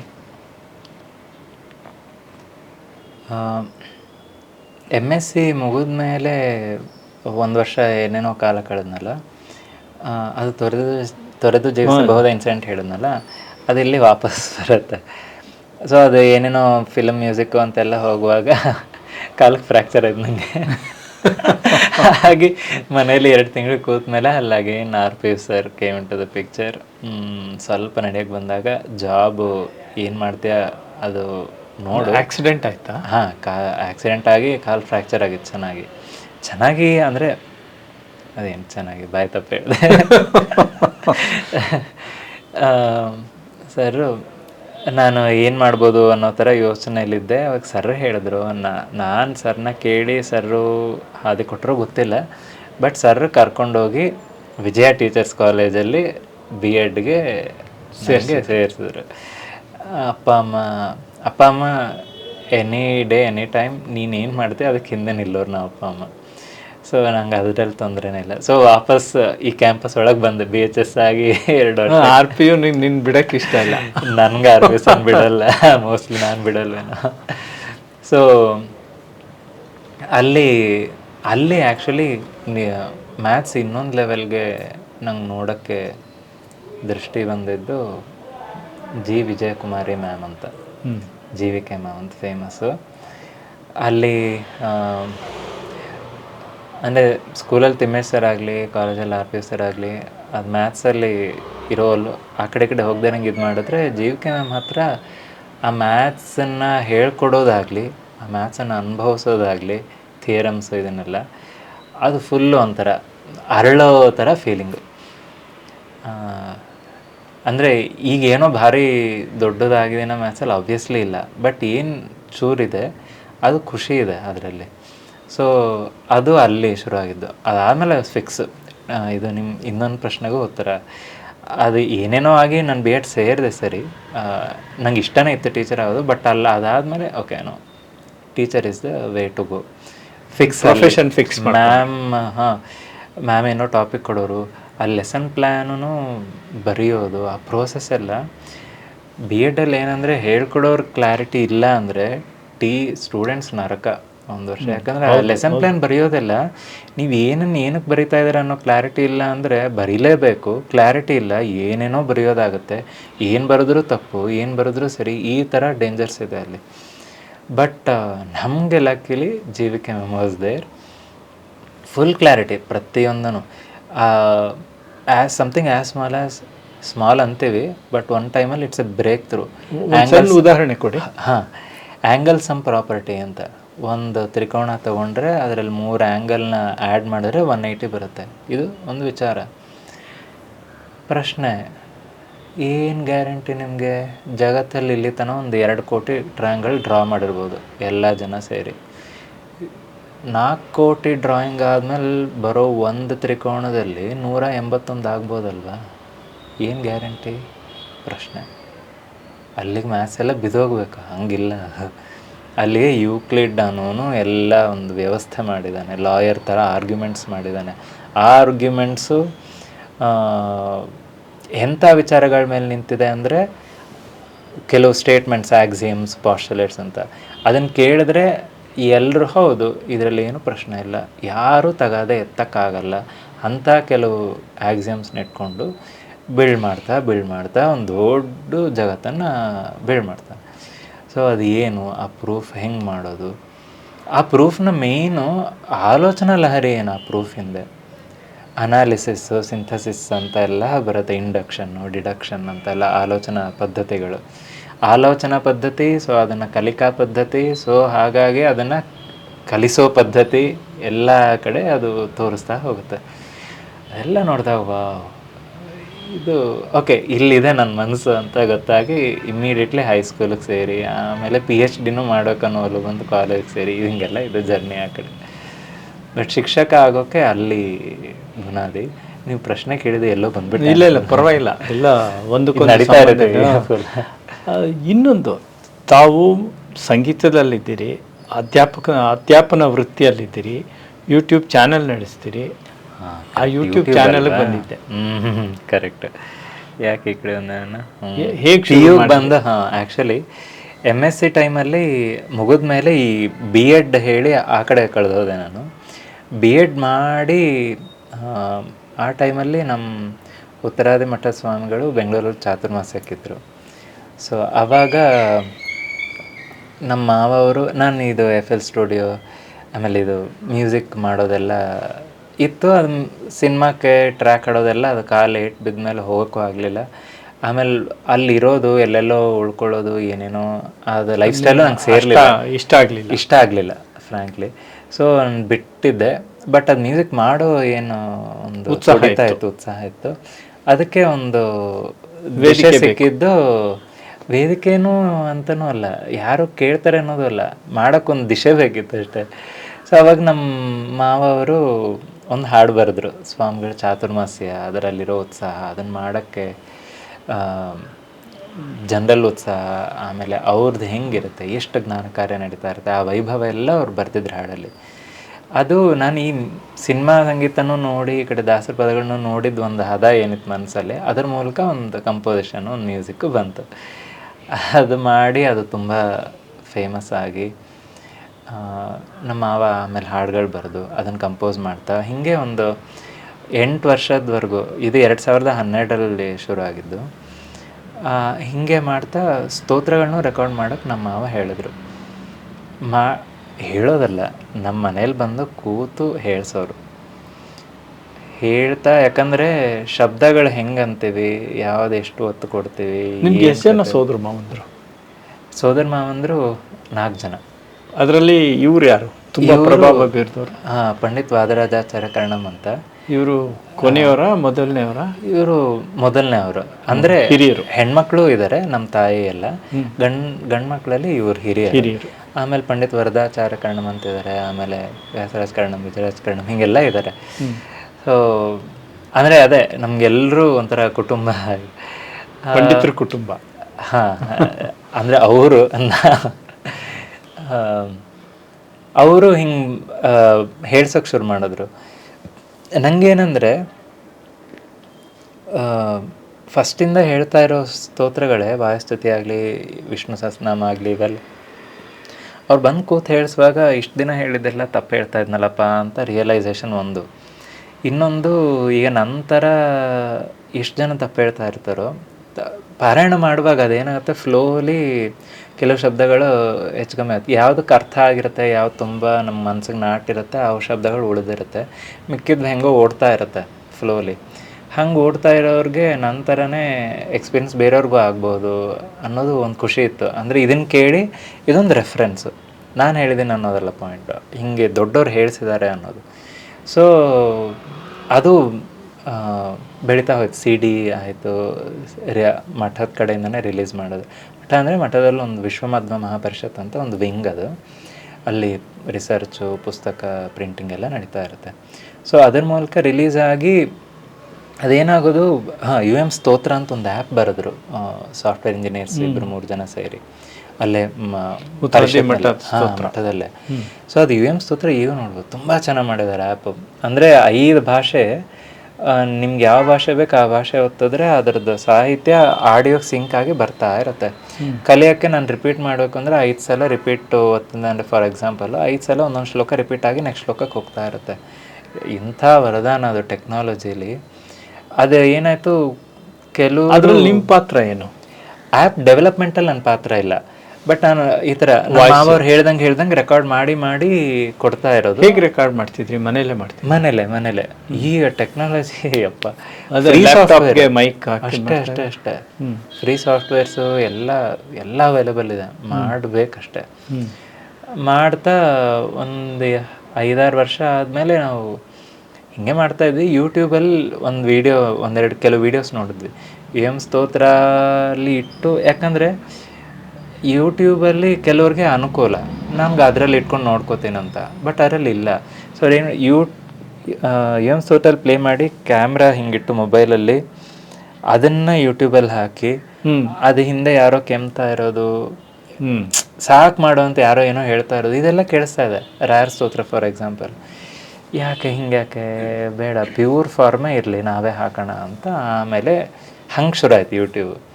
ಅಂದಿದ್ದನ್ನು ನೀಟಾಗಿ ಆಮೇಲೆ ಸಾಹಿತ್ಯಕ್ಕೆ ತಕ್ಕಂಗಿದ್ರೆ ನಮ್ಮ ತಾಯಿನೇ ಸಾಹಿತ್ಯ ಹಾಕಿದ್ದಕ್ಕೆ ಅದನ್ನ ನೋಡಿ ಹಾಡು ಹೇಳಕ್ಕೆ ಅನುಕೂಲ ಆಗುತ್ತೆ ಪಾರಾಯಣಕ್ಕೆ. ಕೆಲವು ಸಲ ಆಡಿಯೋ ಸಣ್ಣ ಇಡ್ತಾರೆ, ಅಥವಾ 1.25 1.5 ಸ್ಪೀಡ್ ಇಟ್ಟು ಪಾರಾಯಣ ಸ್ಪೀಡಾಗಿ ಹೋಗ್ತಾ ಇರುತ್ತೆ. ಇದಕ್ಕೆ ಅನುಕೂಲ ಆಗುತ್ತೆ ಅಂದರೆ ಇನ್ನು ಮಾಡೋಕ್ಕೆ ಶುರು ಮಾಡಿದ್ವಿ. ಹಾಗೆ ನಮ್ಗೆ ಅನುಕೂಲ ಆಗಲಿ ಅಂತಲೇ ಮಾಡೋಕ್ಕೆ ಶುರು ಮಾಡಿದ್ದು. ಅದು ಹಂಗೆ ಅದೇ ಥರ ವೇದಘೋಷದ್ದು ಮಾಡ್ತೀರಿ ಅಲ್ವಾ? ಇಲ್ಲ ವೇದ ಮುಟ್ಟೇ ಇಲ್ಲ ಇನ್ನವರೆಗೂ. ಬಟ್ ಅದು ಒಂದು ಆ್ಯಪ್ ಅಲ್ಲಿ ನಿಮ್ಮ ಪಾತ್ರ ನಿಮ್ಮ ಬಯೋಡೇಟಲ್ಲಿ ಅದೆಲ್ಲೋ ರಿಫ್ಲೆಕ್ಟ್ ಆಗಿದೆ. ಅಂದರೆ ಚಾಂಟ್ಸು ಅದು UM ವೇದಿಕ್ ಚಾಂಟ್ಸ್. ಚಾಂಟ್ಸ್ ಅಂದರೆ ವೇದಿಕ್ ಚಾಂಟ್ಸ್ ಇನ್ ದ ಸೆನ್ಸ್ ಈ ಭಗವದ್ಗೀತಾ, ವಿಷ್ಣು ಸಹಸ್ರನಾಮ ಇದನ್ನೆಲ್ಲ ಆ ಅಂಬ್ರೆಲಲ್ಲಿ ಜನರಲಿ ಇಂಗ್ಲೀಷಲ್ಲಿ ಹೇಳ್ತಾರೆ, ಹಾಗಾಗಿ ಆ ವರ್ಡ್ ಇದೆ. ಬಟ್ ವೇದ ಅಂತ ಇನ್ನು ಚಾಂಟ್ ಮಾಡೋಕ್ಕೆ ಹೋಗಿಲ್ಲ. ಎಲ್ಲ ಅದ್ಭುತವಾದ ವಾಯ್ಸಸ್ ಎಲ್ಲ ಹೇಳಿದ್ದಿದೆ. ಬಟ್ ನಮ್ಮ ರೀತಿಯಲ್ಲಿ ನಮ್ಮ ಗುರುಗಳು ಯಾವಾಗ ಆಜ್ಞೆ ಮಾಡ್ತಾರೆ, ನನಗೂ ಯಾವಾಗ ಕನ್ವಿನ್ಸ್ ಆಗುತ್ತೆ ನಾನು ಮಾಡಬಹುದು ಅನ್ನೋದು, ಅದಕ್ಕೆ ಬೇಕಾದ ಇದು ಬೇರೆ ಇದೆ, ತಯಾರಿನೇ ಬೇರೆ ಇದೆ, ಸಂಸ್ಕರಣೆ ಬೇರೆ ಇದೆ. ಅದು ದೇವ್ರಿಟ್ಟಂಗೆ ಮುಂದೆ ನೋಡೋಣ. ವೇಣು, ನೀವು ಇದರಲ್ಲಿದ್ದೀರಾ ಅಂದರೆ ಮ್ಯಾಥಮೆಟಿಕ್ಸಲ್ಲಿ ಡೀಪಾಗಿ ಇನ್ವಾಲ್ವ್ ಆಗಿದ್ದೀರಾ, ಸಂಗೀತದಲ್ಲಿ ತುಂಬ ಒಲವಿದೆ ಮತ್ತು ಅದಕ್ಕೂ ಸಾಕಷ್ಟು ಸಮಯ ಕೊಡ್ತೀರಾ, ಮತ್ತು ಕಾಲೇಜ್ನಲ್ಲಿ ಅಧ್ಯಾಪಕರು, ಅದಕ್ಕೆ ಸಂಬಂಧಪಟ್ಟಾಗ ನಿಮ್ಗೆ ಬೇರೆ ಬೇರೆ ಜವಾಬ್ದಾರಿಗಳಿರುತ್ತೆ. ಇಷ್ಟೆಲ್ಲದರ ಮಧ್ಯೆ ನಿಮ್ಮ ಪರ್ಸ್ನಲ್ ಲೈಫಿಗೆ ಟೈಮ್ ಹೇಗೆ ಹೊಂದಿಸ್ಕೊಳ್ತೀರಾ? How do you manage time? ನಿಮ್ಮದು ಕುಟುಂಬ ಇದೆ, ಮಕ್ಕಳಿದ್ದಾರೆ. This is $1 million question for all of us. ಅಂದರೆ ನಾನು ಕರೆಕ್ಟ್ ಪರೋಕ್ಷವಾಗಿ ನಿಮ್ಮ ದಿನಚರಿ ಏನು ಅಂತ ಕೇಳ್ತಾ ಇದ್ದೀನಿ. ಅಂದರೆ ಬೆಳಿಗ್ಗೆ ಎದ್ದು ಒಂದು ರೌಂಡ್ ಬೇಸಿಕ್ ಸಾಮಾನ್ಯ ಎಷ್ಟು ಗಂಟೆಗೆ ಹೇಳ್ತೀರಾ? 5:30 ಅರೌಂಡ್. ಒಂದು ಸಿಂಪಲ್ ವಾಯ್ಸ್ ಎಕ್ಸಸೈಸ್ ಸ್ವಲ್ಪ ಮಾಡಿ, ತುಂಬ ಸ್ಟ್ರೈನ್ ಮಾಡೋಕ್ಕೆ ಹೋಗಲ್ಲ. ಕಾಲೇಜ್ ಹೋದರೆ ಇನ್ನು ಫುಲ್ಲು ರಿಸರ್ಚು ಹಂಗೆ ಲೆವೆಲ್ಲಾಗಿ ಇಲ್ಲದೇ ಇದ್ದರೂ ಒಂದು ಲೆವೆಲ್ಗೆ ನಡೀತಾ ಇದೆ. ಪಾಠ, ಅದಕ್ಕೆ ಪ್ರಿಪ್ರೇಷನ್ನು, ಇದೆಲ್ಲ ಫುಲ್ ಕಾಲೇಜಲ್ಲಿ. ಆ ಕಡೆ ಮ್ಯೂಸಿಕ್ ಕ್ಲಾಸ್ ಇದ್ದಾಗಷ್ಟೇ ಮ್ಯೂಸಿಕ್ ಕಡೆ, ಅಲ್ಲೂ ನಾನೇನು ವೋಕಲ್ ಹೇಳ್ಕೊಡೋದಿರಲ್ಲ, ಅದೊಂಥರ ಬೇರೆಯೇ ಎಕ್ಸ್ಪೀರಿಯೆನ್ಸು. ಸೊ ಅಲ್ಲಿ ಫುಲ್ಲು ಕಾಲೇಜ್ದು ನಡೀತಾ ಇರುತ್ತೆ. ಮನೆಗೆ ಬಂದ ತಕ್ಷಣ ಇನ್ನು ತಲೆ ಫುಲ್ಲು ನೆಕ್ಸ್ಟ್ ಏನು ಆರಾಧನೆ ಇದೆ, ಏನು ರೆಕಾರ್ಡ್ ಮಾಡಬೇಕು, ಆಚಾರ್ಯ ಏನು ಹೇಳಿದ್ದಾರೆ, ಇದೆಲ್ಲ ಓಡ್ತಾ ಇರುತ್ತೆ. ಬಟ್ ಅದು 1.5 2 hours ಹೀಗೆ ಅಂದ್ಕೊಂಡ್ರೆ ಅದ್ರ ಮಧ್ಯೆ ಗ್ಯಾಪಲ್ಲಿ ಊಟ, ಮಕ್ಕಳ ಜೊತೆ. ಸೊ ಅದೇ ಇದು ಪ್ರಶ್ನೆಗೆ ಉತ್ತರ ಏನು ಅಂದರೆ, ಬೆನ್ನ ಹಿಂದೆ ನಮ್ಮ ಪತ್ನಿಯವರು, ಅದಕ್ಕೂ ಮುಂಚೆಯಿಂದ ಅಪ್ಪ ಅಮ್ಮ ಅವರೆಲ್ಲ ಇದ್ದಾರೆ ಅಂತ ನಡೆದಿದೆ. Simple answer. ನಾನು ಮ್ಯಾನೇಜ್ ಮಾಡೋವರೆಗೂ ಯೋಚನೆ ಮಾಡಿ ಹೆಂಗೆ ಮ್ಯಾನೇಜ್ ಮಾಡೋದಪ್ಪ ಟೈಮ್ನ ಅನ್ನೋ ಲೆವೆಲ್ಗೆ ಆ ಥರ ಹೋಗಿಲ್ಲ. ಅಲ್ಲ, ಫ್ಯಾಮಿಲಿ ಡಿಮ್ಯಾಂಡ್ ಸಮ್ ಟೈಮ್ ಅಲ್ವಾ? ಅದು ಡಿಮ್ಯಾಂಡ್ಸ್. ಮಕ್ಳಿಗೆ ಹೋಮ್ವರ್ಕ್ ಮಾಡಿಸೋದು, ಅಥವಾ ಮಕ್ಕಳ ಜೊತೆ ಸಮಯ ಕಳಿಬೇಕು, ಇಲ್ಲ ಹೋಗೋದಿರುತ್ತೆ, ಬರೋದಿರುತ್ತೆ, ಸೋಷಿಯಲ್ ಕಮಿಟ್ಮೆಂಟ್ಸ್ ಇರುತ್ತೆ. ಅದೇ ಅದಿದ್ದಾಗ ಆಕ್ಟಿವಿಟಿ ಮತ್ತೆ ಹೇಗೆ ಅದನ್ನು ನಿರ್ವಹಿಸ್ತೀರಾ? ಹಂಗೇನಾದ್ರು ಹೋಗೋದು ಬರೋದು ಇತ್ತು ಅಂದರೆ ಅದು ಫುಲ್ಲು ಪ್ಲ್ಯಾನ್ ಮಾಡಿ ಮೊದಲೇ ಈ ದಿನ ಇದಕ್ಕೆ ಫಿಕ್ಸು ಅಂತ ಇರುತ್ತೆ. ಈಗ ಹುಡುಗನ ಕರ್ಕೊಂಡೆಲ್ಲೋ ಆಟ ಆಡೋದು, ಮಾಲ್ ಆ ಥರ ಎಲ್ಲರೂ ಹೋಗ್ಬೇಕಂದ್ರೆ ಅದು ಫಸ್ಟೇ ಆ ಡೇ ಪ್ಲ್ಯಾನ್ ಫಿಕ್ಸ್ ಇರುತ್ತೆ. ಅದಕ್ಕೆ ಮುಂಚೆ ಬೇರೆ ಎಲ್ಲ ಮುಗಿಸ್ಕೋಬೇಕು. ಹಾಗೆ ಸ್ವಲ್ಪ ಒಂಚೂರು ಪ್ಲ್ಯಾನ್ ಮಾಡ್ಕೊಂಡಿರುತ್ತೆ. ಅದಕ್ಕೆ ತಕ್ಕಂಗೆ ಅದೇ that plan is nothing without ಅವರು. ಹೌದು, ಮನೆಯವರು. Behind every successful man there is a woman ಅಂತ. Behind, around, above, correct, through, I agree, everywhere. Yeah. So ಸಂಜೆ ನೀವು ಮನೆಗೆ ಬಂದಮೇಲೆ ಹೇಳಿದ್ರಿ, ಈಗ ಒಂದು ಸಂಗೀತದ ಬಗ್ಗೆ ಒಂಚೂರು ಯೋಚನೆ ಮಾಡ್ತೀರಾ, ಅಥವಾ ರೆಕಾರ್ಡಿಂಗ್ ಯಾವಾಗ ಮಾಡ್ತೀರಾ? ರೆಕಾರ್ಡಿಂಗು ಅದೇ ಇದು ತುಂಬ ರೆಗ್ಯುಲರಾಗಿ. ಈಗ ಕಾಲೇಜ್ ಹೆಂಗೆ ಅವರ್ಸ್ ಅಂತ ಇರುತ್ತೆ, ರೆಕಾರ್ಡಿಂಗ್ ವಿಷಯಕ್ಕೆ ಬಂದಾಗ ಹಾಗಿಲ್ಲ. ಥ್ಯಾಂಕ್ಫುಲಿ ಹಾಗಿಲ್ಲ ಅಂತೀನಿ. ಯಾಕಂದರೆ ತುಂಬ ರಿಜಿಡ್ ಪ್ರೋಗ್ರೆಸ್ ಆಗಬಾರ್ದು ಅಂತ. ಕೆಲವು ಸಲ ಕೂತು ಮಾಡ್ತಾ ರಾತ್ರಿ ಎಲ್ಲ ಆಗೋಗುತ್ತೆ, ಊಟನೇ ಮಾಡಿರಲ್ಲ. ಅದು ಅವತ್ತು ಮುಗಿಯೋದಿರುತ್ತೆ. ಅದು ನಮಗೂ ಇಷ್ಟ, ಅದು ಮುಗಿದು ಅವತ್ತು ಕೇಳೋಣ ಅಂತ. ಸೊ ಬಟ್ ಏನಿಲ್ಲ ಅಂದರೂ ಪ್ರತಿದಿನ ಹೆಚ್ಚು ಕಮ್ಮಿ ಅಥವಾ ವಾರಕ್ಕೆ ಒಂದು 3-4 ದಿನ ಮನೆಗೆ ಬಂದಮೇಲೆ ಅದಕ್ಕೆ ಹೋಗಿರುತ್ತೆ. 1-2 ಗಂಟೆನೋ 3 ಗಂಟೆನೋ ಹೋಗಿರುತ್ತೆ. ನೀವು ರಾತ್ರಿ ಊಟ ಮಾಡಿ ಮಲಗೋದು ಎಷ್ಟೊತ್ತಿಗೆ? ಯಾಕಂದ್ರೆ ನೀವು ಹೇಳಿದ್ರಿ ಒಂದೊಂದು ದಿನ ಎಳಿಯತ್ತೆ ಅಂತ, ಅದಾಗತ್ತೆ ಸಾಮಾನ್ಯ. ಕರೆಕ್ಟ್. ಆದರೆ generally what time do you hit your bed? What time to sleep? Generally 11-11:30 ಆಗೋಗುತ್ತೆ. ಮಗಳು ಸ್ವಲ್ಪ ಲೇಟ್ ಮಲ್ಕೋತಾಳೆ ಒಂದೊಂದ್ಸಲ. ಅವಳಿಗೂ ಎಲ್ಲ ಬಾಯಿ ಮಲಗಿಸಿ ಅಂದರೆ ಜಸ್ಟ್ ಮೇಕ್ ಶೂರ್ ಅದು ಮಾಡಿ ಮಲ್ಕೊಳ್ಳೋದು. ಇದ್ರ ಮಧ್ಯದಲ್ಲಿ ನೀವು PhD ಮುಗಿಸ್ಕೊಂಡ್ರಿ ಅಲ್ವಾ? That was before marriage or after marriage? After marriage. ಹಾಂ, ಅದು PhD ಅಂದರೆ ನನ್ನ ವೈಫ್ಗೂ ಮ್ಯಾಥ್ಸ್, ಅವಳು BE ಕಂಪ್ಯೂಟರ್ ಸೈನ್ಸ್, BNMITಲಿ. Oh, very brilliant student. ನಾನು ಸ್ಕೂಲಲ್ಲಿ ಪಾಠ ಮಾಡ್ತಾ PhD ಮಾಡ್ಬೇಕಂತ ಒಂದು ಆಸೆ. ಗ್ರಾಫ್ ಥಿಯರಿ ಅಂತ ಒಂದು ಸಬ್ಜೆಕ್ಟ್, ಅದರಲ್ಲಿ ಅದು ತುಂಬ ಇಷ್ಟ ನನಗೆ. ಮಾಡಬೇಕು, ಬಟ್ ಅದಕ್ಕೆ NET ಕ್ಲಿಯರ್ ಮಾಡಬೇಕು, ಹಾಗೆ ಹಿಂಗೆ ತಲೆಯಲ್ಲಿ ಅಂದ್ಕೊಂಡು ನಾನು ನನ್ನ ವೈಫು NET ಕ್ಲಿಯರ್ ಆಗ್ಬೇಕಂದ್ರೆ MSc ಕರೆಕ್ಟಾಗಿ ಬರಬೇಕು. MSc ಮ್ಯಾಥ್ಸ್ ಚೆನ್ನಾಗಿ ಬರಬೇಕು ಅಂದರೆ ಫಸ್ಟು BScದು ಅರ್ಥ ಆಗಿರಬೇಕು. BScದು ಅರ್ಥ ಆಗಬೇಕಂದ್ರೆ PU ಮ್ಯಾಥ್ಸಲ್ಲಿ ಏನು ಗ್ಯಾಪ್ ಇರಬಾರ್ದು ಅಂತ ಡಿಸೈಡ್ ಮಾಡಿ ನಾನು ನನ್ನ ವೈಫು ಮದುವೆಗೋಸ್ಕರಲ್ಲಿ PU ಮ್ಯಾಥ್ಸ್ ವರ್ಕೌಟ್ ಮಾಡೋಕ್ಕೆ ಶುರು ಮಾಡಿದ್ವಿ. ಮನೆಗೆ ಬಂದು ಇಬ್ಬರು ಕೂತ್ಕೊಂಡು ವರ್ಕ್ ಮಾಡೋದು. ದಾಂಪತ್ಯ ಗೀತೆ ಅಲ್ಲ, ದಾಂಪತ್ಯ ಸಂಕಲನ ಶುರು ಆಯ್ತು. ಸಂಕಲನ ವ್ಯವಕಲನ, ಹಂಗೆ ಸಮಥಿಂಗ್ ಲೈಕ್ ದಟ್. ಮೂವೀಸು ಸುಮಾರು ನೋಡಿದ್ವಿ, ಬಟ್ ಅದಾದ್ಮೇಲೆ ಇದು ಶುರು ಆಯಿತು. ಇಬ್ಬರು ಒಟ್ಟಿಗೆ ವರ್ಕ್ ಮಾಡ್ತಾ ಇದ್ವಿ. ಅದೇ ಅದು ಈಗ ನೆನೆಸ್ತಾ ಇರ್ತೀವಿ. ದೇವರು ಓಕೆ ನಿನ್ನ ಇಂಟೆನ್ಷನ್ ಕರೆಕ್ಟಾಗಿದೆ, ಆ ವೇಲೋರು ನೀನು ಸ್ಲೋ ಆಗುತ್ತೆ, ನಿನ್ಗೆ ಗೊತ್ತಾಗಲ್ಲ ಬಾ ಅಂತ ಹಿಂಗೆಲ್ಲ ಹೇಳೋದು ಫಾಸ್ಟ್ ಟ್ರ್ಯಾಕಲ್ಲಿ ಹಾಕ್ದಂಗೆ ಆಯ್ತು ನಮಗೆ. ಒಬ್ಬ ಫ್ರೆಂಡ್, ನಾಗಭೂಷಣ್ ಅಂತ ಫ್ರೆಂಡ್, ಅವನಿಗೆ ಒಂದು ನನ್ನ ಹಾಡಿನ CD ಕೊಡೋಣ ಅಂತ ಬರ್ತೀನಿ ಅಂದರೆ, ಬರ್ತೀಯಾ, ಯಾವುದೋ ಒಂದು ಟಾಪಿಕ್ ಪ್ರಿಪೇರ್ ಆಗಿ ಬಾ, ಇಂಟರ್ವ್ಯೂ ನಡೀತಾ ಇದೆ ಅಂತ, AMC ಇಂಜಿನಿಯರಿಂಗ್ ಕಾಲೇಜಲ್ಲಿ. ಏನಪ್ಪ ಇಂಜಿನಿಯರಿಂಗ್ ಎಲ್ಲ ಮರ್ತೋಗಿದ್ದೀನಿ, ನಂಗೆ ಇಷ್ಟ ಆಗಿದ್ದೇನು ಮ್ಯೂಸಿಕ್ಗೆ ಕನೆಕ್ಟೆಡ್ ಏನು ಅಂತ ಟಾಪಿಕ್ ನೋಡಿದ್ರೆ 4 year ಸೀರೀಸ್ ಅಂತಿದೆ. ಶಬ್ದಗಳನ್ನೆಲ್ಲ ಒಡೆದು ಸೈನ್ ವೇವ್ ಆಗಿ ರೆಪ್ರೆಸೆಂಟ್ ಮಾಡೋದು, ಅದಷ್ಟು ಎಷ್ಟು ಅರ್ಥ ಆಗುತ್ತೆ ಅಷ್ಟು ಖುಷಿ ಆಯಿತು. ಹೋಗಿ ನಮಗೆಲ್ಲರಿಗೂ ಹಾಡು ಇಷ್ಟ. ಹಾಡಂದರೆ ನಮ್ಮ ತರಂಗಗಳು, ಆ ತರಂಗಗಳನ್ನ ಈ ರೀತಿ ನೋಡ್ಬೋದು ಅಂತ 4 year ಹೇಳ್ದೆ. ಇದು ಹಾಗಾಗಿ ಈ ಈಕ್ವೇಷನ್ ಹಿಂಗೆ ಬರುತ್ತೆ, ಅದಕ್ಕೆ ಈ ರೀತಿ ಸೊಲ್ಯೂಷನ್ ಅಂತ ಹೇಳಿದೆ ನಾನು. ಹೇಳಿದ್ಮೇಲೆ ಅಲ್ಲಿ ನೆನ್ನೆನ ಅವ್ರ ಮಗನ ಮದುವೆ ಹೋಗಿ ಬಂದೆ, ಶ್ರೀಯುತ ಗಂಗಾಧರ ರೆಡ್ಡಿ ಸರ್ ಅಂತ. ಅವರು ಇಷ್ಟಪಟ್ಟರು ಅದನ್ನು, ಅಪ್ರೋಚ್ನ ಇಷ್ಟಪಟ್ಟು. ಅವರು ಕೆಲವು ಪ್ರಶ್ನೆ ಕೇಳಬೇಕಲ್ವಾ, ನೀನು ಸ್ಕೂಲಲ್ಲಿ ಪಾಠ ಮಾಡಿದೆಯಲ್ವಾ, -*+ ಅನ್ನೋದು ನಮ್ಮ ಇಂಜಿನಿಯರಿಂಗ್ ಹುಡುಗರಿಗೂ ಕೆಲವು ಸಲ ಡೌಟ್ ಆಗುತ್ತೆ, ಯಾಕೆ ಅಂತ, ಹೆಂಗೆ ಎಕ್ಸ್ಪ್ಲೇನ್ ಮಾಡ್ತೀಯ? ನಾನು ನನ್ನ ಡೊಮೇನಿಗೆ ಬಂತಿದ್ದು ಪ್ರಶ್ನೆ, ಯಾಕಂದ್ರೆ ನಾನು ಸ್ಕೂಲಲ್ಲಿ ಮಾಡ್ತಿದ್ದಿದ್ದೆ ಅದು ಉತ್ತರ ಹೇಳಿದೆ ಅವ್ರಿಗೆ. ಓಕೆ, ನಿಂಗೆ ಎಷ್ಟು ನಾಲೆಡ್ಜ್ ಇದೆ ಅನ್ನೋದು ನೀನು ಹೆಂಗಿದ್ರು ಇಲ್ಲಿ ಬಂದು ಹೇಳ್ಕೊಡಕ್ಕೆ ನೀನು ಕಲಿತೀಯ, ಅಪ್ರೋಚ್ ಚೆನ್ನಾಗಿದೆ ಬಾ ಅಂತಂದಮೇಲೆ ಇಲ್ಲಿ ಸ್ಕೂಲಲ್ಲಿ ಸ್ವಲ್ಪ ಕಷ್ಟ ಆಯಿತು ಬಿಡೋಕ್ಕೆ. ಆಬ್ವಿಯಸ್ಲಿ ಮಧ್ಯೆ ಬಿಡಬೇಕು ಅಂದರೆ, ಬಟ್ ನನಗೆ this is like such a big thing. ಇಲ್ಲಿ ಸೇರಿದೆ giant leap in the sense that PhD ಮಾಡ್ಬೇಕನ್ನೋ ಆಸೆಗೆ ಇಲ್ಲಿ ಉತ್ತರ ಸಿಗುತ್ತೆ, ವೇದಿಕೆ ಸಿಗುತ್ತೆ. ಅಲ್ಲೇ ಪರಿಚಯ ಆಗಿದೆ ನನಗೆ ನನ್ನ ಗೈಡ್ ಆಮೇಲೆ at the end of the day. So ಅದು ಹೆಂಗೋ ಮಾಡಿ ಕಷ್ಟಪಟ್ಟು ಬಿಡಿಸ್ಕೊಂಡು ಹೋಗಿ ಅಲ್ಲಿ ಸೇರಿದ್ದು. ಇದೆ ಆ್ಯಕ್ಚುಲಿ ಯಾವುದೋ ಪ್ರಶ್ನೆಗೆ ಪರವಾಗಿಲ್ಲ. ಸಿ ಇಟ್ಸ್ ಎ ಬಯೋಗ್ರಾಫಿಕಲ್, ಏನು ಲಾಜಿಕ್ ಏನು ನಾವಿಲ್ಲಿ ಫಾಲೋ ಮಾಡಬೇಕು. ಸೊ ನೀವು ನಿಮ್ಮ ಧರ್ಮಪತ್ನಿ ಸೇರ್ಕೊಂಡು ಮ್ಯಾಥಮೆಟಿಕ್ಸ್. ಸೊ ಅಲ್ಲಿಂದ ಫಾಸ್ಟ್ ಟ್ರ್ಯಾಕ್ ಇದು ಫಾಸ್ಟ್ ಟ್ರ್ಯಾಕ್ ಆಯ್ತು. ಅಂದ್ರೆ ಇಲ್ಲಿ ಸೇರಿದ ತಕ್ಷಣ ಏನಾಯ್ತು, ಆಮೇಲೆ ನೀವು ಅಧ್ಯಯನ ಮುಂದುವರ್ಸಿದ್ರ ನಿಲ್ಸಿದ್ರ ಗಂಡ ಹೆಂಡತಿ ಅಂದ್ರೆ? ಅದೇ ಅಲ್ಲ, ಇಲ್ಲಿ ಸೇರಿದ್ಮೇಲೆ ನನಗೆ ನಮ್ಮ ಗೈಡ್ ಪರಿಚಯ ಇದ್ರು, ಡಾಕ್ಟರ್ ವಿದ್ಯಾ ಮ್ಯಾಮ್ ಅಂತ. ಅವರು ಗ್ರಾಫ್ ಥಿಯರಿ ಪರ್ಸನ್ನು. ನಾನು ಅವ್ರನ್ನ ಕೇಳಿದ್ರೆ ಅವ್ರಿಗೆ ನಾನು ಮಾಡ್ತೀನನ್ನೋ, ಈ ವ್ಯಕ್ತಿ ಮಾಡ್ತೇನೆ ಅನ್ನೋ ಥರ ಇಂಪ್ರೆಷನ್ ಇದ್ದಾಗ ಕೇಳಬೇಕು ಅನ್ನೋದು ನನಗೆ. ಕರೆಕ್ಟಾಗಿ ಅದು ಟೈಮ್ ಮಾಡೋಷ್ಟೊತ್ತಿಗೆ ಅವ್ರು ಕಾಲೇಜ್ ಬಿಟ್ಟರು.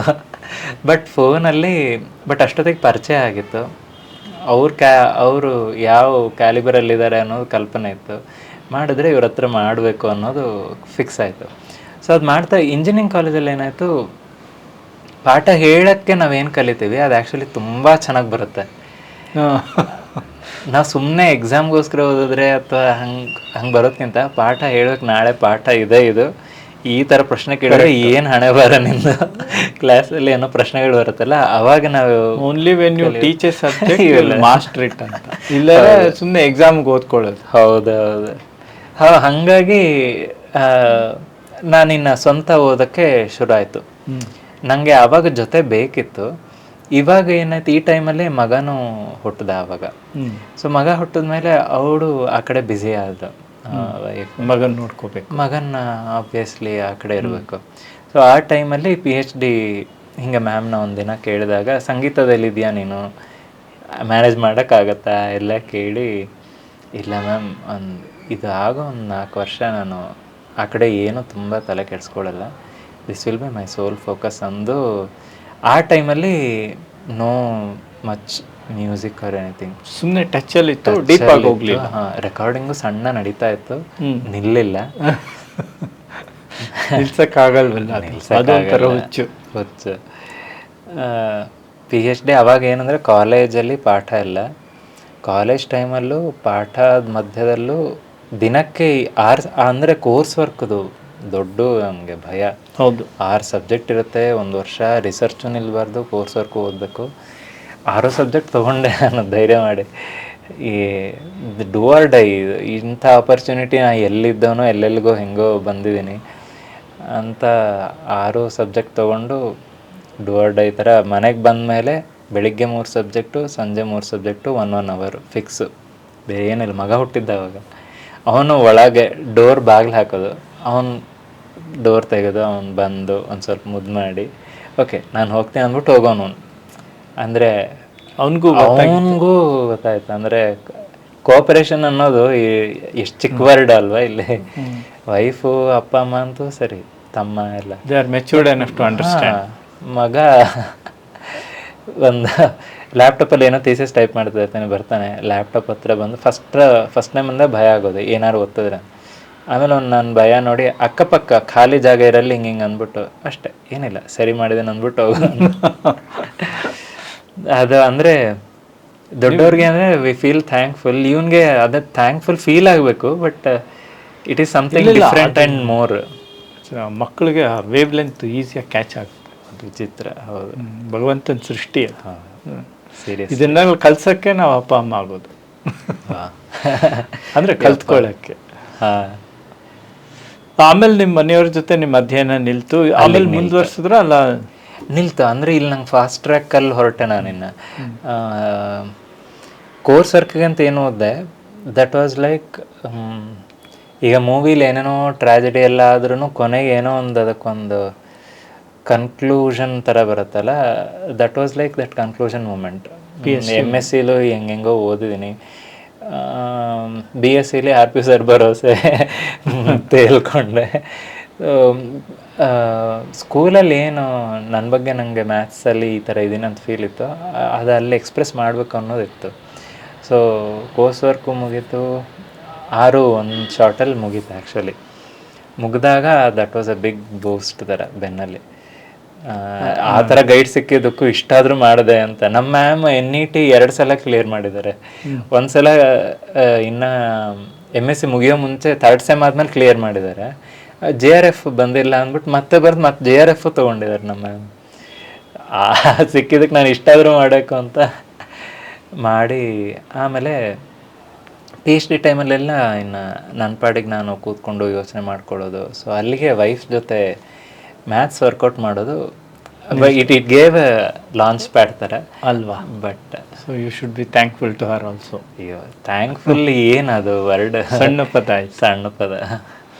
ಆದರೆ ನಾನು ಒಬ್ಬ ಶಿಕ್ಷಕನಾಗಿ ಮತ್ತು ಎಲ್ಲ ವೀಕ್ಷಕರ ಪರವಾಗಿ ನಾನು ಏನು ಬಯಸ್ತೀನಿ ಅಂದರೆ, ನಿಮ್ಮಂಥ ಸಂಸ್ಕಾರವಂತರು, ವಿದ್ಯಾವಂತರು, ನಿಮ್ಮ ಫ್ಯಾಮಿಲಿ ಅಂದರೆ ನಿಮ್ಮ ಮನೆಯವರು ಕೂಡ ಒಂದು ಹಂತದಲ್ಲಿ ಮಕ್ಕಳೊಂಚೂರು ದೊಡ್ಡವರಾದಮೇಲೆ ಕನಿಷ್ಠ ಒಂದು ಶಾಲೆಯಲ್ಲಿ ಶಿಕ್ಷಕಿ ಆದರೂ ಕೂಡ ಸಮಾಜಕ್ಕೆ ಒಬ್ಬರು ಒಳ್ಳೆ ಶಿಕ್ಷಕರು ಸಿಗ್ತಾರೆ. ಅಂದ್ರೆ ವೈಫ್ ಬಗ್ಗೆ ಹೇಳ್ತಾ ಇದ್ದೀರಾ? Okay okay. ಅದಕ್ಕೆ ನೀವು ಮನ್ಸು ಮಾಡಬೇಕು, ಅಂದ್ರೆ ಪಾಪ ಅಯ್ಯೋ, ಪ್ರೋತ್ಸಾಹ ಕೊಡಬೇಕು. ಯಾಕಂದ್ರೆ ನಮ್ಮನೇಲೂ ಹಾಗಾಯ್ತು. ನನ್ನ ಮಗಳನ್ನ 6ನೇ ವಯಸ್ಸಿಗೆ ಶಾಲೆಗೆ ಸೇರ್ಸಕ್ ಹೋಗಿ ಸಂಜೆ ಬಂದು ಹೇಳಿದ್ಲು, ನಾನು ಅಲ್ಲಿ ಟೀಚರ್ ಆಗಿ ಸೇರ್ಕೊಂಡಿದ್ದೆ, ಬಹಳ ಒಳ್ಳೆ ಕೆಲಸ ಮಾಡಿದೆ ಅಂದೆ. ಆ ರೀತಿಯಲ್ಲಿ ಒಳ್ಳೆ ಶಿಕ್ಷಕರನ್ನ ನಾವು ಸಮಾಜಕ್ಕೆ ಕೊಡಬಹುದು, ಇದು ನನ್ನ ಅನಿಸಿಕೆ. ಆಮೇಲೆ ವೇಣುವರೇ, ಒಂದು ಸಾಹಿತ್ಯ ನಿಮ್ಮ ಕೈಗೆ ಕೊಟ್ಟರೆ ಅದಕ್ಕೆ ರಾಗ ಸಂಯೋಜನೆ ಹೇಗೆ ಮಾಡ್ತೀರಾ ಅನ್ನೋದು ನನಗೊಂದು ಕುತೂಹಲ. ನಾನು ಬೆಳಗ್ಗೆ ಒಂದು ವಚನ ಆಲೋಚನೆ ಮಾಡಿ ಬರೆದೆ, ನಂದು ರಘುವೀರೇಶ್ವರ ವಚನ ಅಂತ ಅದನ್ನು ನಿಮಗೆ ಕಳಿಸ್ತೀನಿ ಈಗ. ಅದು ಸಾಹಿತ್ಯ ಹೀಗಿದೆ: ಕೆಂಡವನು ಮಾಣಿಕವೆಂದು ಕರೆದೊಡೆ ತಂಪ ನೆರೆವುದೇ, ಕಟುಕನನು ಕರುಣಿಯೆಂದು ಒರೆದೊಡೆ ಕೊಲದಿಹನೆ, ಕೋಪವನ್ನು ನಗೆಯೊಳಗೆ ಹುದುಗಿಸಿರೆ ಮುದವೀವುದೇ, ಮುರಹರನ ಮರೆತೊಡೆ ಮುಕ್ತಿಯಪ್ಪುದೇ, ಅಯ್ಯ ಅಹಂಕಾರವೇ ಕೆಂಡ ಎನ್ನ ಮನವೇ ಕಟುಕ, ಬದುಕ ಬಗೆಯೇ ನಗೆ ಕಾಣ ಜಗದೊಳಗೆ, ಬಕುತಿಯ ಲದ್ದಿ ಇದ್ದಿಲ ಮಾಡು. ಅಂದರೆ ಇಲ್ಲಿ ಅಹಂಕಾರ ಅನ್ನೋ ಕೆಂಡ ಇದೆಯಲ್ಲ, ಅದನ್ನು ಭಕ್ತಿಯಲ್ಲಿ ಅದ್ದಿ ಇಜ್ಜಿಲು ಮಾಡು ಅಂತ. ಈ ಕಟುಕ ಇದ್ದಾನಲ್ಲ, ಅವನ ಹರಿತ ಕತ್ತಿ ಇದೆ, ಆ ಹರಿತವನ್ನು ಕಡಿಮೆ ಮಾಡೋಕ್ಕೆ ತಿರ್ಗಾ ಅದನ್ನು ಕಾಯಿಸ್ಬೇಕು, ಅದಕ್ಕೂ ಅದು ಹೆಲ್ಪ್ ಆಗುತ್ತೆ ಅಂತ. ಮನದ ಹರಿತವನ್ನು ಮರೆ ಮಾಡು, ಬದುಕ ನಗೆಯ ಪರಿಹಾಸದಿಂದ ಪಾರು ಮಾಡೆನ್ನ ಶ್ರೀ ರಘುವೀರೇಶ್ವರ. ಇದು ವಚನ. ಇದಕ್ಕೆ ನೀವು ರಾಗ ಹಾಕಬೇಕು ಅಂದರೆ ಹೇಗೆ ಅದರ ಇದು ಅಂತ, ಯಾವ ರೀತಿ ಮಾಡ್ತೀರಾ ಅದನ್ನ? ಓಕೆ,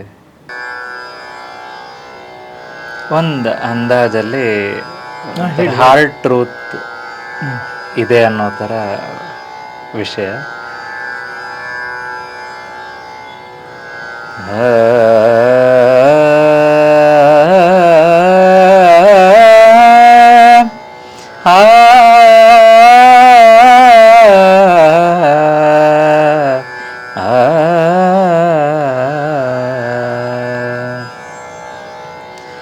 ಕೆಂಡವನು ಮಾಣಿಕವೆಂದು ಕರೆದೊಡೆ, ಕೆಂಡವನು ಮಾಣಿಕವೆಂದು ಕರೆದೊಡೆ ತಂಪನೆರೆವುದೇ,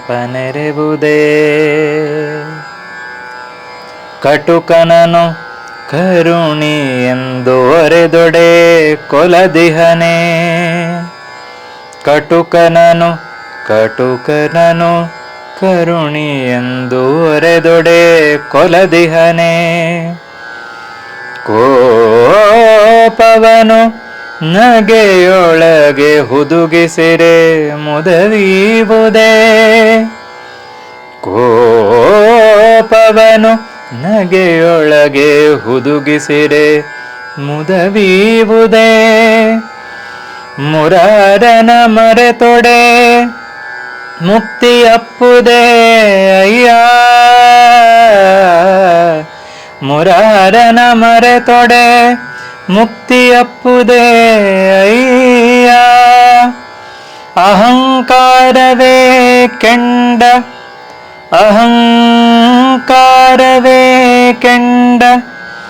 ಎನ್ನ ಮನವೇ ಕಟುಕ, ಬದುಕ ಬಗೆಯೇ ನಗೆ ಕಾಣ ಜಗದೊಳಗೆ,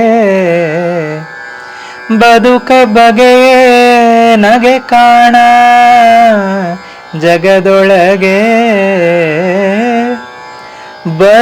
ಭಕುತಿಯಲಿ ಅದ್ದಿ ಇದ್ದಿಲ ಮಾಡು, ಭಕುತಿಯಲದ್ದಿ ಇದ್ದಿಲ ಮಾಡು, ಮನದ ಹರಿತವನು ಮರೆ ಮಾಡು, ಬದುಕ ನಗೆಯ ಪರಿಹಾಸದಿಂದ, ಬದುಕ ನಗೆಯ ಪರಿಹಾಸದಿಂದ ಪಾರು ಮಾಡೆನ್ನ ಶ್ರೀ ರಘುವೀರೇಶ್ವರ, ಪಾರು ಮಾಡೆನ್ನ Shri ರಘುವೀರೇಶ್ವರ.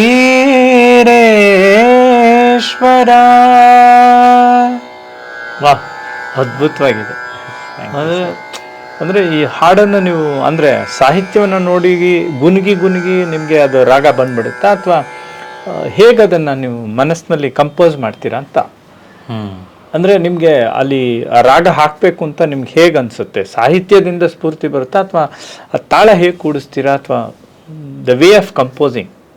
As A Lehman I am asking. Okay okay. ಅಂದರೆ ಕಂಪೋಸರ್ಸಲ್ಲೂ ತುಂಬ ದೊಡ್ಡವ್ರು ಎದುರಿಗಿದ್ದಾರೆ, ಬಟ್ ಅವ್ರದ್ದು ನೋಡಿ ನಂಗೆ ಅರ್ಥ ಆಗಿರೋದನ್ನು ಹೇಳಬಲ್ಲೆ. ಅಂದರೆ ಪ್ರತಿ ಶಬ್ದನೂ ಈಗ ಕೆಂಡನ್ನು ಮಾಣಿಕ ಅಂತ ಕರೆದ ಮಾತ್ರಕ್ಕೆ ಕೊಡುತ್ತಾ ಅನ್ನೋದೊಂದು ವಿಷಯ. ಇದು ನನಗೇನು ಅರ್ಥ ಆಗಿದೆ, ಆಮೇಲೆ ನನಗೆ ಸಂಗೀತದಲ್ಲಿ ಏನು ಜರ್ನಿ ಇದೆ ಎಲ್ಲಿವರೆಗೂ, ಅದ್ರ ಮೋಸದಿಂದ ಇದನ್ನ ಈ ರೀತಿ ಎಕ್ಸ್ಪ್ರೆಸ್ ಮಾಡಬೇಕು ಅಂತ ಅದೊಂದು. ಅಲ್ಲ, ಅದು ಚೆನ್ನಾಗಿ ಬಂತದ್ದು ಭಾವ, ಬಟ್ ನಮ್ಗೆ ಯಾಕೆ ಬರಲ್ಲ? ಮೋಸ್ಟ್ಲಿ ಅಂದರೆ ಇಲ್ಲ, ಮೋಸ್ಟ್ಲಿ ಅದರಲ್ಲೇ ಟೈಮ್ ಸ್ಪೆಂಡ್ ಮಾಡಿ ಯೋಚನೆ ಆ ದಿಕ್ಕಲ್ಲಿ ಹೋಗಕ್ಕೆ ಶುರು ಆಗುತ್ತೆ ಅಂತ ಅನ್ಸುತ್ತೆ. ನಮಗೆ ಬರೆಯೋವಾಗ ಏನು ಎಮೋಷನ್ ಇರುತ್ತೆ, ನೀವು ಸಂಗೀತ ಹಾಡ್ದಾಗ್ಲೂ ಅದೇ ಎಮೋಷನ್ ಕ್ರಿಯೇಟ್ ಆಗ್ಬಿಡುತ್ತೆ. ಅವಾಗ ಏನಾಗುತ್ತೆ, ಕೇಳುಗರಿಗೆ ಅದು ಡಬಲ್ ಇಂಪ್ಯಾಕ್ಟ್ ಆಗುತ್ತೆ. ಈ ಸೊಗಸಿದೆಯಲ್ಲ, ಸಾಹಿತ್ಯ ಮತ್ತು ಸಂಗೀತ ಬ್ಲೆಂಡ್ ಆಗೋದು ತುಂಬಾ ಅದ್ಭುತವಾದಂಥ ಸಂಧಿ ಅದು. ಅದನ್ನ ಅರ್ಥ ಮಾಡ್ಕೊಳ್ಳೋ ಪ್ರಯತ್ನ ಅದು ಕಷ್ಟ. ಹೌದು, ಮೋಸ್ಟ್ಲಿ ಈಗ ಇದೇ ಲೈನ್ಸ್ನೇ ತುಂಬ ಗಜಲ್ಸನ್ನ ಚೆನ್ನಾಗಿ ಕಂಪೋಸ್ ಮಾಡಿ ಪಳಗ್ದವ್ರ ಹತ್ರ ತೊಗೊಂಡೋದ್ರೆ ಅವರೊಂಥರ ವಿಸ್ತಾರ ಕೊಡ್ತಾರೆ. ಒಬ್ಬರು ಸಿನಿಮಾ ಮ್ಯೂಸಿಕ್ ಡೈರೆಕ್ಟರ್ ಹತ್ರ ಕೊಟ್ಟರೆ ಅವರು ಒಂಥರ ಬೇರೆ ರೀತಿ ತೋರಿಸ್ತಾರೆ ಇದೇ ಲೈನ್ಸ್ನೇ. ವೇಣು ಅವರೇ, ಅಲ್ಲಿ ಎರಡು ಕಡೆ ನೀವು ಸ್ವಲ್ಪ ವಿಸ್ತಾರ ಮಾಡಿದ್ರಿ. ಏನೋ ಒಂದು ಚಮಕ್ ಅಂತೀವಲ್ಲ, ನಮ್ಮ ಭಾಷೆಯಲ್ಲಿ ಅದು ಚಮಕ್ ಅಂತೀವಿ, ಸಂಗೀತದಲ್ಲಿ ಅದೇನು ಪಲುಕು ಅಂತಾನೆ ಏನು ಅಂತಾರೆ. ಅದು ಯಾಕೆ ಕೊಲುವ ಅನ್ನೋವಾಗ ಒಂದ್ ಕಡೆ ಮಾಡಿದ್ರಿ, ಇನ್ನೊಂದ್ ಕಡೆ ಮಾಡಿದ್ರಿ, ಹೇಗೆ ನಿಮ್ಗೆ ಯಾಕೆ ಮಾಡ್ಬೇಕು ಅನಿಸ್ತು? ಒಂದು ಮಾಡೋ ಕ್ರಮ ಏನು? ಓಕೆ, ಅದು ಮಾಡಿದ್ ಸರಿ ಇದೆ, ಅದು ನಮಗೂ ಅನ್ಸುತ್ತೆ, ಹೇಗಾಯ್ತದು ಅಂತ. ಓಕೆ, ನಿಮ್ ಕೇಳುವಾಗ ಇದು ಸರಿ ಅನ್ನಿಸ್ತಾ ಇದೆ, ಇಲ್ಲಿ ಈ ರೀತಿ ಹಾಡಿದ ಅನ್ನಿಸ್ತಾ ಖುಷಿ ಆಗುತ್ತೆ. Interesting, thank you first of all. ಅಂದರೆ ಈಗ ಕೋಪ ಇದೆ, ಕೋಪನ ಯಾವ ರೀತಿ ಎಕ್ಸ್ಪ್ರೆಸ್ ಮಾಡ್ಬೋದು ಅಂತ ನನ್ನ ಅಂಡರ್ಸ್ಟ್ಯಾಂಡಿಂಗು, ಅದರಲ್ಲೊಂದು ರಭಸ ಇದೆ, ಇದು ವಿಷಯ. ಆ ರಭಸನ ಹೆಂಗೆ ತೋರಿಸ್ಬೇಕು ಅನ್ನೋದು ಪ್ರಶ್ನೆ. ಒಂದು ಎತ್ತರಿಸಾದ್ರೂ ಹೇಳ್ಬೋದು, ಇಲ್ಲ ಶಬ್ದನೇ ಜೋರಾಗಿ ಹೇಳ್ಬೋದು. ಅದು ಎತ್ತರಿಸಿ ಹೇಳುವಾಗೂ ಅದು ಎಷ್ಟು ಎಕ್ಸ್ಟೆಂಟಿನ ಕೋಪ ತೋರಿಸ್ಬೋದು. ಸೊ ಆ ಆಲೋಚನೆಯಲ್ಲಿ ಕೋಪ ಹೇಳ್ಬೋದು. ರಾಗದ ವಿಷಯಕ್ಕೆ ಬಂದರೆ ಫಸ್ಟಿಗೆ ತಲೆಯಲ್ಲಿದ್ದಿದ್ದು ಅಂದರೆ ಲೈಫಿನ ಸ್ವಲ್ಪ ಹಾರ್ಡ್ ರಿಯಾಲಿಟೀಸ್ ಬಗ್ಗೆ ಮಾತಾಡ್ತಾ ಇದೆ ಅಂತ, ಒಂಚೂರು ಸೀರಿಯಸ್ನೆಸ್ ಇರೋ ಥರ ಅಂತ. ಸೊ ಸೀರಿಯಸ್ನೆಸ್ ಇರುವಾಗ ಜನರಲಿ ಈ ರೀತಿ ಸ್ವರಗಳು ಮನ್ಸಿಗೆ ಬರುತ್ತೆ. ನೇರೆ ಗ ಮ ದ ನಿ ಸ, ಎಸ್ಪೆಷಲಿ ಕೋಮಲ್ ಸ್ವರ ಅಂತ ಹೇಳ್ತೀವಲ್ಲ, ರೇ ಕೋಮಲ್ ಧ ಕೋಮಲ್ ಆದಾಗ ಒಂಚೂರು ಸೀರಿಯಸ್ ಫೀಲ್ ಆಟೋಮೆಟಿಕ್ ಬರುತ್ತದು. ಅಂದರೆ ಈಗ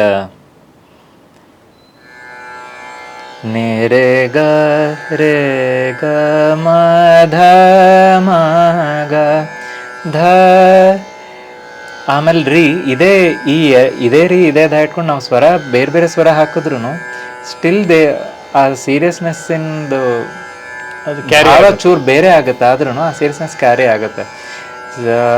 ಸ ರೇ ಗ ಮ ಪ ದ ನಿ ಸ ಸ ನಿ ಧ ಪ ಮ ಗ ರೇ ಸ, ಮಾ ಚೇಂಜ್ ಆಯಿತು. ಸ ರೇ ಗ ಮ ಪ ದ ನಿ ಸ ಸ ನಿ ದ ಪ ಮ ಗ ರೇ ಸ, ಇನ್ನೊಂಥರ ಸೀರಿಯಸ್ನೆಸ್ ಫೀಲ್ ಆಗುತ್ತೆ. ಸೊ ಇದರಲ್ಲಿ ಯಾವ ರೀತಿ ಯೂಸ್ ಆಗ್ಬೋದು ಅಂದರೆ ಸ ರೇ ಗ ಮ ಪ, ಇದೊಂದು ಚೂರು ದುಃಖನೂ ಇದೆ, ದುಃಖ ಬೇಡ ಇಲ್ಲಿ, ಸಾಯಿಬಾಬಾ ಅಲ್ಲಿ ಅದು ಬೇಡ ಇಲ್ಲಿ ಅಂತ ಅನಿಸಿ there is seriousness, but at the same time ಇದು ಕೇಳು, ಇಲ್ಲಿ ಏನೋ ವಿಷಯ ಇದೆ, ನೆನ್ಪಿಟ್ಕೊ ಮನಸ್ಸೆ ಅಂತ ಹೇಳ್ದಂಗೆ ಭಾವ. ಸೊ ಹಾಗಾಗಿ ಈ ಥರ ಹೋಗಬೇಕು ಅಂತ. ತುಂಬ ಸೊಗಸಾಗಿದೆ, ತುಂಬ ಸೊಗಸಾಗಿ ವಿವರಣೆಯನ್ನು ಕೊಟ್ಟಿದ್ದೀರಾ ವೇಣು. ನನಗೂ ಈ ಬರೆದದ್ದು ಸಾರ್ಥಕ ಅನಿಸುತ್ತೆ. ಒಬ್ಬ ಲೇಖಕನಿಗೆ ನಮ್ಮೆದುರಿಗೇನೆ ಆಗ್ತಾನೆ ಹುಟ್ಟಿದ ಮಗುಗೆ ಹೆಸರಿಟ್ಟಾಗೆ ಇವರು ಸಂಗೀತ ಸಂಯೋಜಿಸಿ ಹಾಡಿಬಿಟ್ರು. ಭಾಳ ಸಂತೋಷ, ವೀಕ್ಷಕರಿಗೂ ಸಂತೋಷ ಆಯಿತು ಅಂತ ತಿಳ್ಕೊತೀನಿ. ಇವತ್ತು ನಮ್ಮ ಜೊತೆಯಲ್ಲಿ ವೇಣು ಅವರು ಭಾಳ ಹೊತ್ತು ಕಳೆದಿದ್ದಾರೆ. ತಮ್ಮ ಜೀವನ ಯಾತ್ರೆಯ ಇಲ್ಲಿವರೆಗಿನ ಇದನ್ನು ಹಂಚಿಕೊಂಡಿದ್ದಾರೆ. ಸಂಗೀತ ಇರ್ಬೋದು, ಗಣಿತ ವಿಷಯಕ್ಕೆ ಸಂಬಂಧಪಟ್ಟಂಥ ಬೆಳವಣಿಗೆ, ಅವರ ವೃತ್ತಿ ಜೀವನ, ಸಾಂಸಾರಿಕ ಜೀವನ ಎಲ್ಲ ಬಂದು ಹೋಗಿದೆ. ಮತ್ತು ಇಂಥ ವಿದ್ಯಾರ್ಥಿಗಳನ್ನ ಭಗವಂತ ನನಗೆ ಪದೇ ಪದೇ ಕೊಡಲಿ ಅಂತ ಕೇಳ್ಕೊಳ್ತೀನಿ. ಮತ್ತು ಇಂಥವರು ನಮ್ಮ ಸಮಾಜಕ್ಕೆ ಬೇಕು, ಶಿಕ್ಷಕರಾಗಿ ಮತ್ತು ಸಮಾಜ ಬಂಧುಗಳಾಗಿ. ನೀವು ಸಂಗೀತ ಏನಾದ್ರು ಹೇಳ್ಕೊಡಕ್ಕೆ ಶುರು ಮಾಡಿದ್ದೀರಾ ಮನೆಯಲ್ಲಿ ಮಕ್ಕಳಿಗೆ? ಅಂದರೆ ನಮ್ಮ ಮಕ್ಕಳು ಅಲ್ವಾ, ಅಂದರೆ ನಾನು ಹೇಳ್ಕೊಡೋದ್ಕಿಂತ ಹೊರಗೆ ಕಲೀಲಿ ಅಂತ ಒಬ್ಬರ ಹತ್ರ ಕಳಿಸ್ತಾ ಇದ್ದೀನಿ ಮಗನ್ನ. ಮಗಳು ಒಲವು ಡ್ಯಾನ್ಸ್ ಕಡೆ ಅಲ್ಲ, ಬೇರೆ ವಿದ್ಯಾರ್ಥಿಗಳು ಬಂದರೆ ತಾವು ಹೇಳ್ಕೊಡ್ತೀರಾ? ಒನ್ ಟೈಮಲ್ಲಿ ಹೇಳ್ಕೊಡ್ತಾ ಇದ್ದೆ, ಆಮೇಲೆ ರೆಕಾರ್ಡಿಂಗ್ ಎಲ್ಲ ಶುರು ಆದ್ಮೇಲೆ ಟೈಮ್ ಆಗಲ್ಲ ಅಂತ ಗೊತ್ತಾಯ್ತು. ಸೊ ನಿಮ್ಮೆಲ್ಲರ ಫಲವಾಗಿ ನಾನು ಕೇಳ್ಕೊಳ್ತಾ ಇದ್ದೀನಿ, ವೇಣುಗೋಪಾಲ್ ಅವರು ಸ್ವಲ್ಪ ಸಂಗೀತನೂ ಹೇಳ್ಕೊಡೋದಕ್ಕೆ ಆರಂಭ ಮಾಡಬೇಕು ಅಂತ. ಸೊ ಇವತ್ತು ಇಷ್ಟು ಹೊತ್ತು ವೇಣು ಇಲ್ಲ ಹೇಳಿ ಮುಗಿಸೋ ಮುಂಚೆ ವಿದ್ಯಾರ್ಥಿ ಏನಂದ್ರೆ, ನಾವು ನಿಮ್ಮ ಶಿಕ್ಷಕರಾಗಿ ಮೈಸೂರು ಮಲ್ಲಿಗೆ ಮಾಡಿದಾಗ HN ಕಲಾಕ್ಷೇತ್ರ ಕಾಂಪಿಟೇಷನಲ್ಲಿ ಅಂದರೆ ಒಬ್ಬರು ಜಡ್ಜು ಸುಮ್ಮನೆ ಅವರು ನಾಟಕದ ಕಂಟೆಂಟ್ ಮೇಲೆ ಕಮೆಂಟ್ ಮಾಡಿದರು, ಇದು ಹಿಂಗೆ ಸಮ್ ಕಮೆಂಟ್ಸ್. ಬಟ್ ಅದೇನಾಗ್ತಾ ಇತ್ತು, ಹುಡುಗರು ಪರಿಶ್ರಮ ಹಾಕಿ ಮಾಡಿದ್ದರ ಬಗ್ಗೆ ಮಾತು ಹೋಗಿ ನಾಟಕದ ಬಗ್ಗೆ ಮಾತಾಡಿ ಅದು ಹುಡುಗರ ಮೇಲೆ ಏನು ಪ್ರಭಾವ ಅನ್ನೋ ಎಚ್ಚರ ಎಲ್ಲೋ ಹೋಯ್ತೇನೋ ಅನ್ನೋ ಥರ ಇತ್ತದು. ಬಟ್ ನಿಮ್ಗೆ ನೆನಪಿದೆ, ನೀವು ಅಲ್ಲಿ ಹೋಗಿ ನಿಂತು ಫಸ್ಟ್ ಆಫ್ ಆಲ್ ಅವ್ರು ಹೇಳಿದ್ದು ಕಂಟೆಂಟ್ ವೈಸ್ ಅದು ಯಾವ ರೀತಿ ತುಂಬ ಸಮಂಜಸ ಏನಲ್ಲ ಅನ್ನೋದನ್ನು ತೋರಿಸಿ, ಆಮೇಲೆ ಇದು ಮೇಯ್ನು ಹುಡುಗರದು ಕಾಂಪಿಟೇಷನ್ನು, ಅದರಲ್ಲಿ ಹುಡುಗರು ಏನೇನು ಮಾಡಿದ್ದಾರೆ ಅನ್ನೋದನ್ನು ಇಟ್ಕೊಂಡು ತೀರ್ಪು ಮಾಡೋದಿರುತ್ತೆ. ಅದ್ರ ಬಗ್ಗೆ ಯಾವುದೇ ರೀತಿ ಮುತುವರ್ಜಿ ಕಂಡಿಲ್ಲ, ಇದಲ್ಲ ರೀತಿ ಅಂತ ಅಲ್ಲೇ ಹೋಗಿ ಇಟ್ಟೋದ್ರೆ ನಮ್ಮ ಹುಡುಗರು ಸಿನ್ಸಿಯರಾಗಿ ಮಾಡಿದ ಪ್ರಯತ್ನನ ನೋಡಿದೆ, ಇದು ಬೇರೆ ಏನೋ ಆ್ಯಂಗಲ್ ಇಲ್ಲಿ ತಂದು ಮಾಡೋದು ಹೆಂಗೆ, ಅದು ಹೆಂಗೆ ಮಾಡ್ತಾರೆ ಅಂತ ನೀವು ಹೋಗಿದ್ದು ವಿ ರಿಮೆಂಬರ್ ಸ್ಟಿಲ್. ಅಂದರೆ ವಿದ್ಯಾರ್ಥಿಗಳ ಮೇಲೆ ಪ್ರೀತಿ. Exactly, there should be some judicial element. So we are lucky to have such professors like you sir. Thank you. So ಹೀಗೆ ಪರಸ್ಪರ ಶಿಕ್ಷಕ ಮತ್ತು ವಿದ್ಯಾರ್ಥಿಗಳ ಸಂಬಂಧ ಸೊಗಸಾಗಿ ಬೆಳಿಬೇಕು ಸಮಾಜದಲ್ಲಿ. ಪ್ರೀತಿ, ವಿಶ್ವಾಸ ಮತ್ತು ಜವಾಬ್ದಾರಿ ಇದ್ದಾಗ ಎಲ್ಲ ಸೊಗಸಾಗಿರುತ್ತೆ. ವೇಣು ಅವರು ಇವತ್ತು ಭಾಳ ಹೊತ್ತು ನಮ್ಮ ಜೊತೆ ಕಳೆದಿದ್ದಾರೆ, ನಮಗೂ ನಿಮಗೂ ಒಳ್ಳೆಯ ಅನುಭವವನ್ನು ಕೊಟ್ಟಿದ್ದಾರೆ. ಅದಕ್ಕೆ ಅರಿವು ಯೂಟ್ಯೂಬ್ ಚಾನೆಲ್ನ ಪರವಾಗಿ ಮತ್ತು ನಿಮ್ಮೆಲ್ಲರ ಪರವಾಗಿ ವೈಯಕ್ತಿಕವಾಗಿ ಕೂಡ ವೇಣುಗೆ ಹೃತ್ಪೂರ್ವಕ ಅಭಿನಂದನೆಗಳು, ಕೃತಜ್ಞತೆಗಳನ್ನು ಸಲ್ಲಿಸ್ತಾ ಇದ್ದೀನಿ. ಇಲ್ಲಿ ಇಷ್ಟೊತ್ತು ಅವಕಾಶ ಮಾಡಿದ್ದಕ್ಕೆ, ನಿಮ್ಮ ಜೊತೆ ಮಾತಾಡೋಕ್ಕೆ ಅವಕಾಶ ಕೊಟ್ಟಿದ್ದಕ್ಕೆ ಆ್ಯಕ್ಚುಲಿ ತುಂಬ ಅಭಿನಂದನೆಗಳು. ಆ್ಯಕ್ಚುಲಿ ನಿಮ್ದು ಕೇಳೋದು ನನಗೆ ಸುಮಾರಿತ್ತು ಮಧ್ಯದಲ್ಲಿ, ಬಟ್ ಫ್ಲೋ ನೀವು ನನ್ನ ಕಡೆ ಚಾನಲ್ ಮಾಡಿದ್ರಿ. ಆಮೇಲೆ ನೀನೊಂದು ಇಂಟರ್ವ್ಯೂ ಮಾಡಿ. ಸೊ ಧನ್ಯವಾದಗಳು ಎಲ್ರಿಗೂ, ಕೇಳಿಗರಿಗೂ, ನಮಸ್ಕಾರ. ಶ್ರೀಕಂಠ ಅವ್ರಿಗೂ.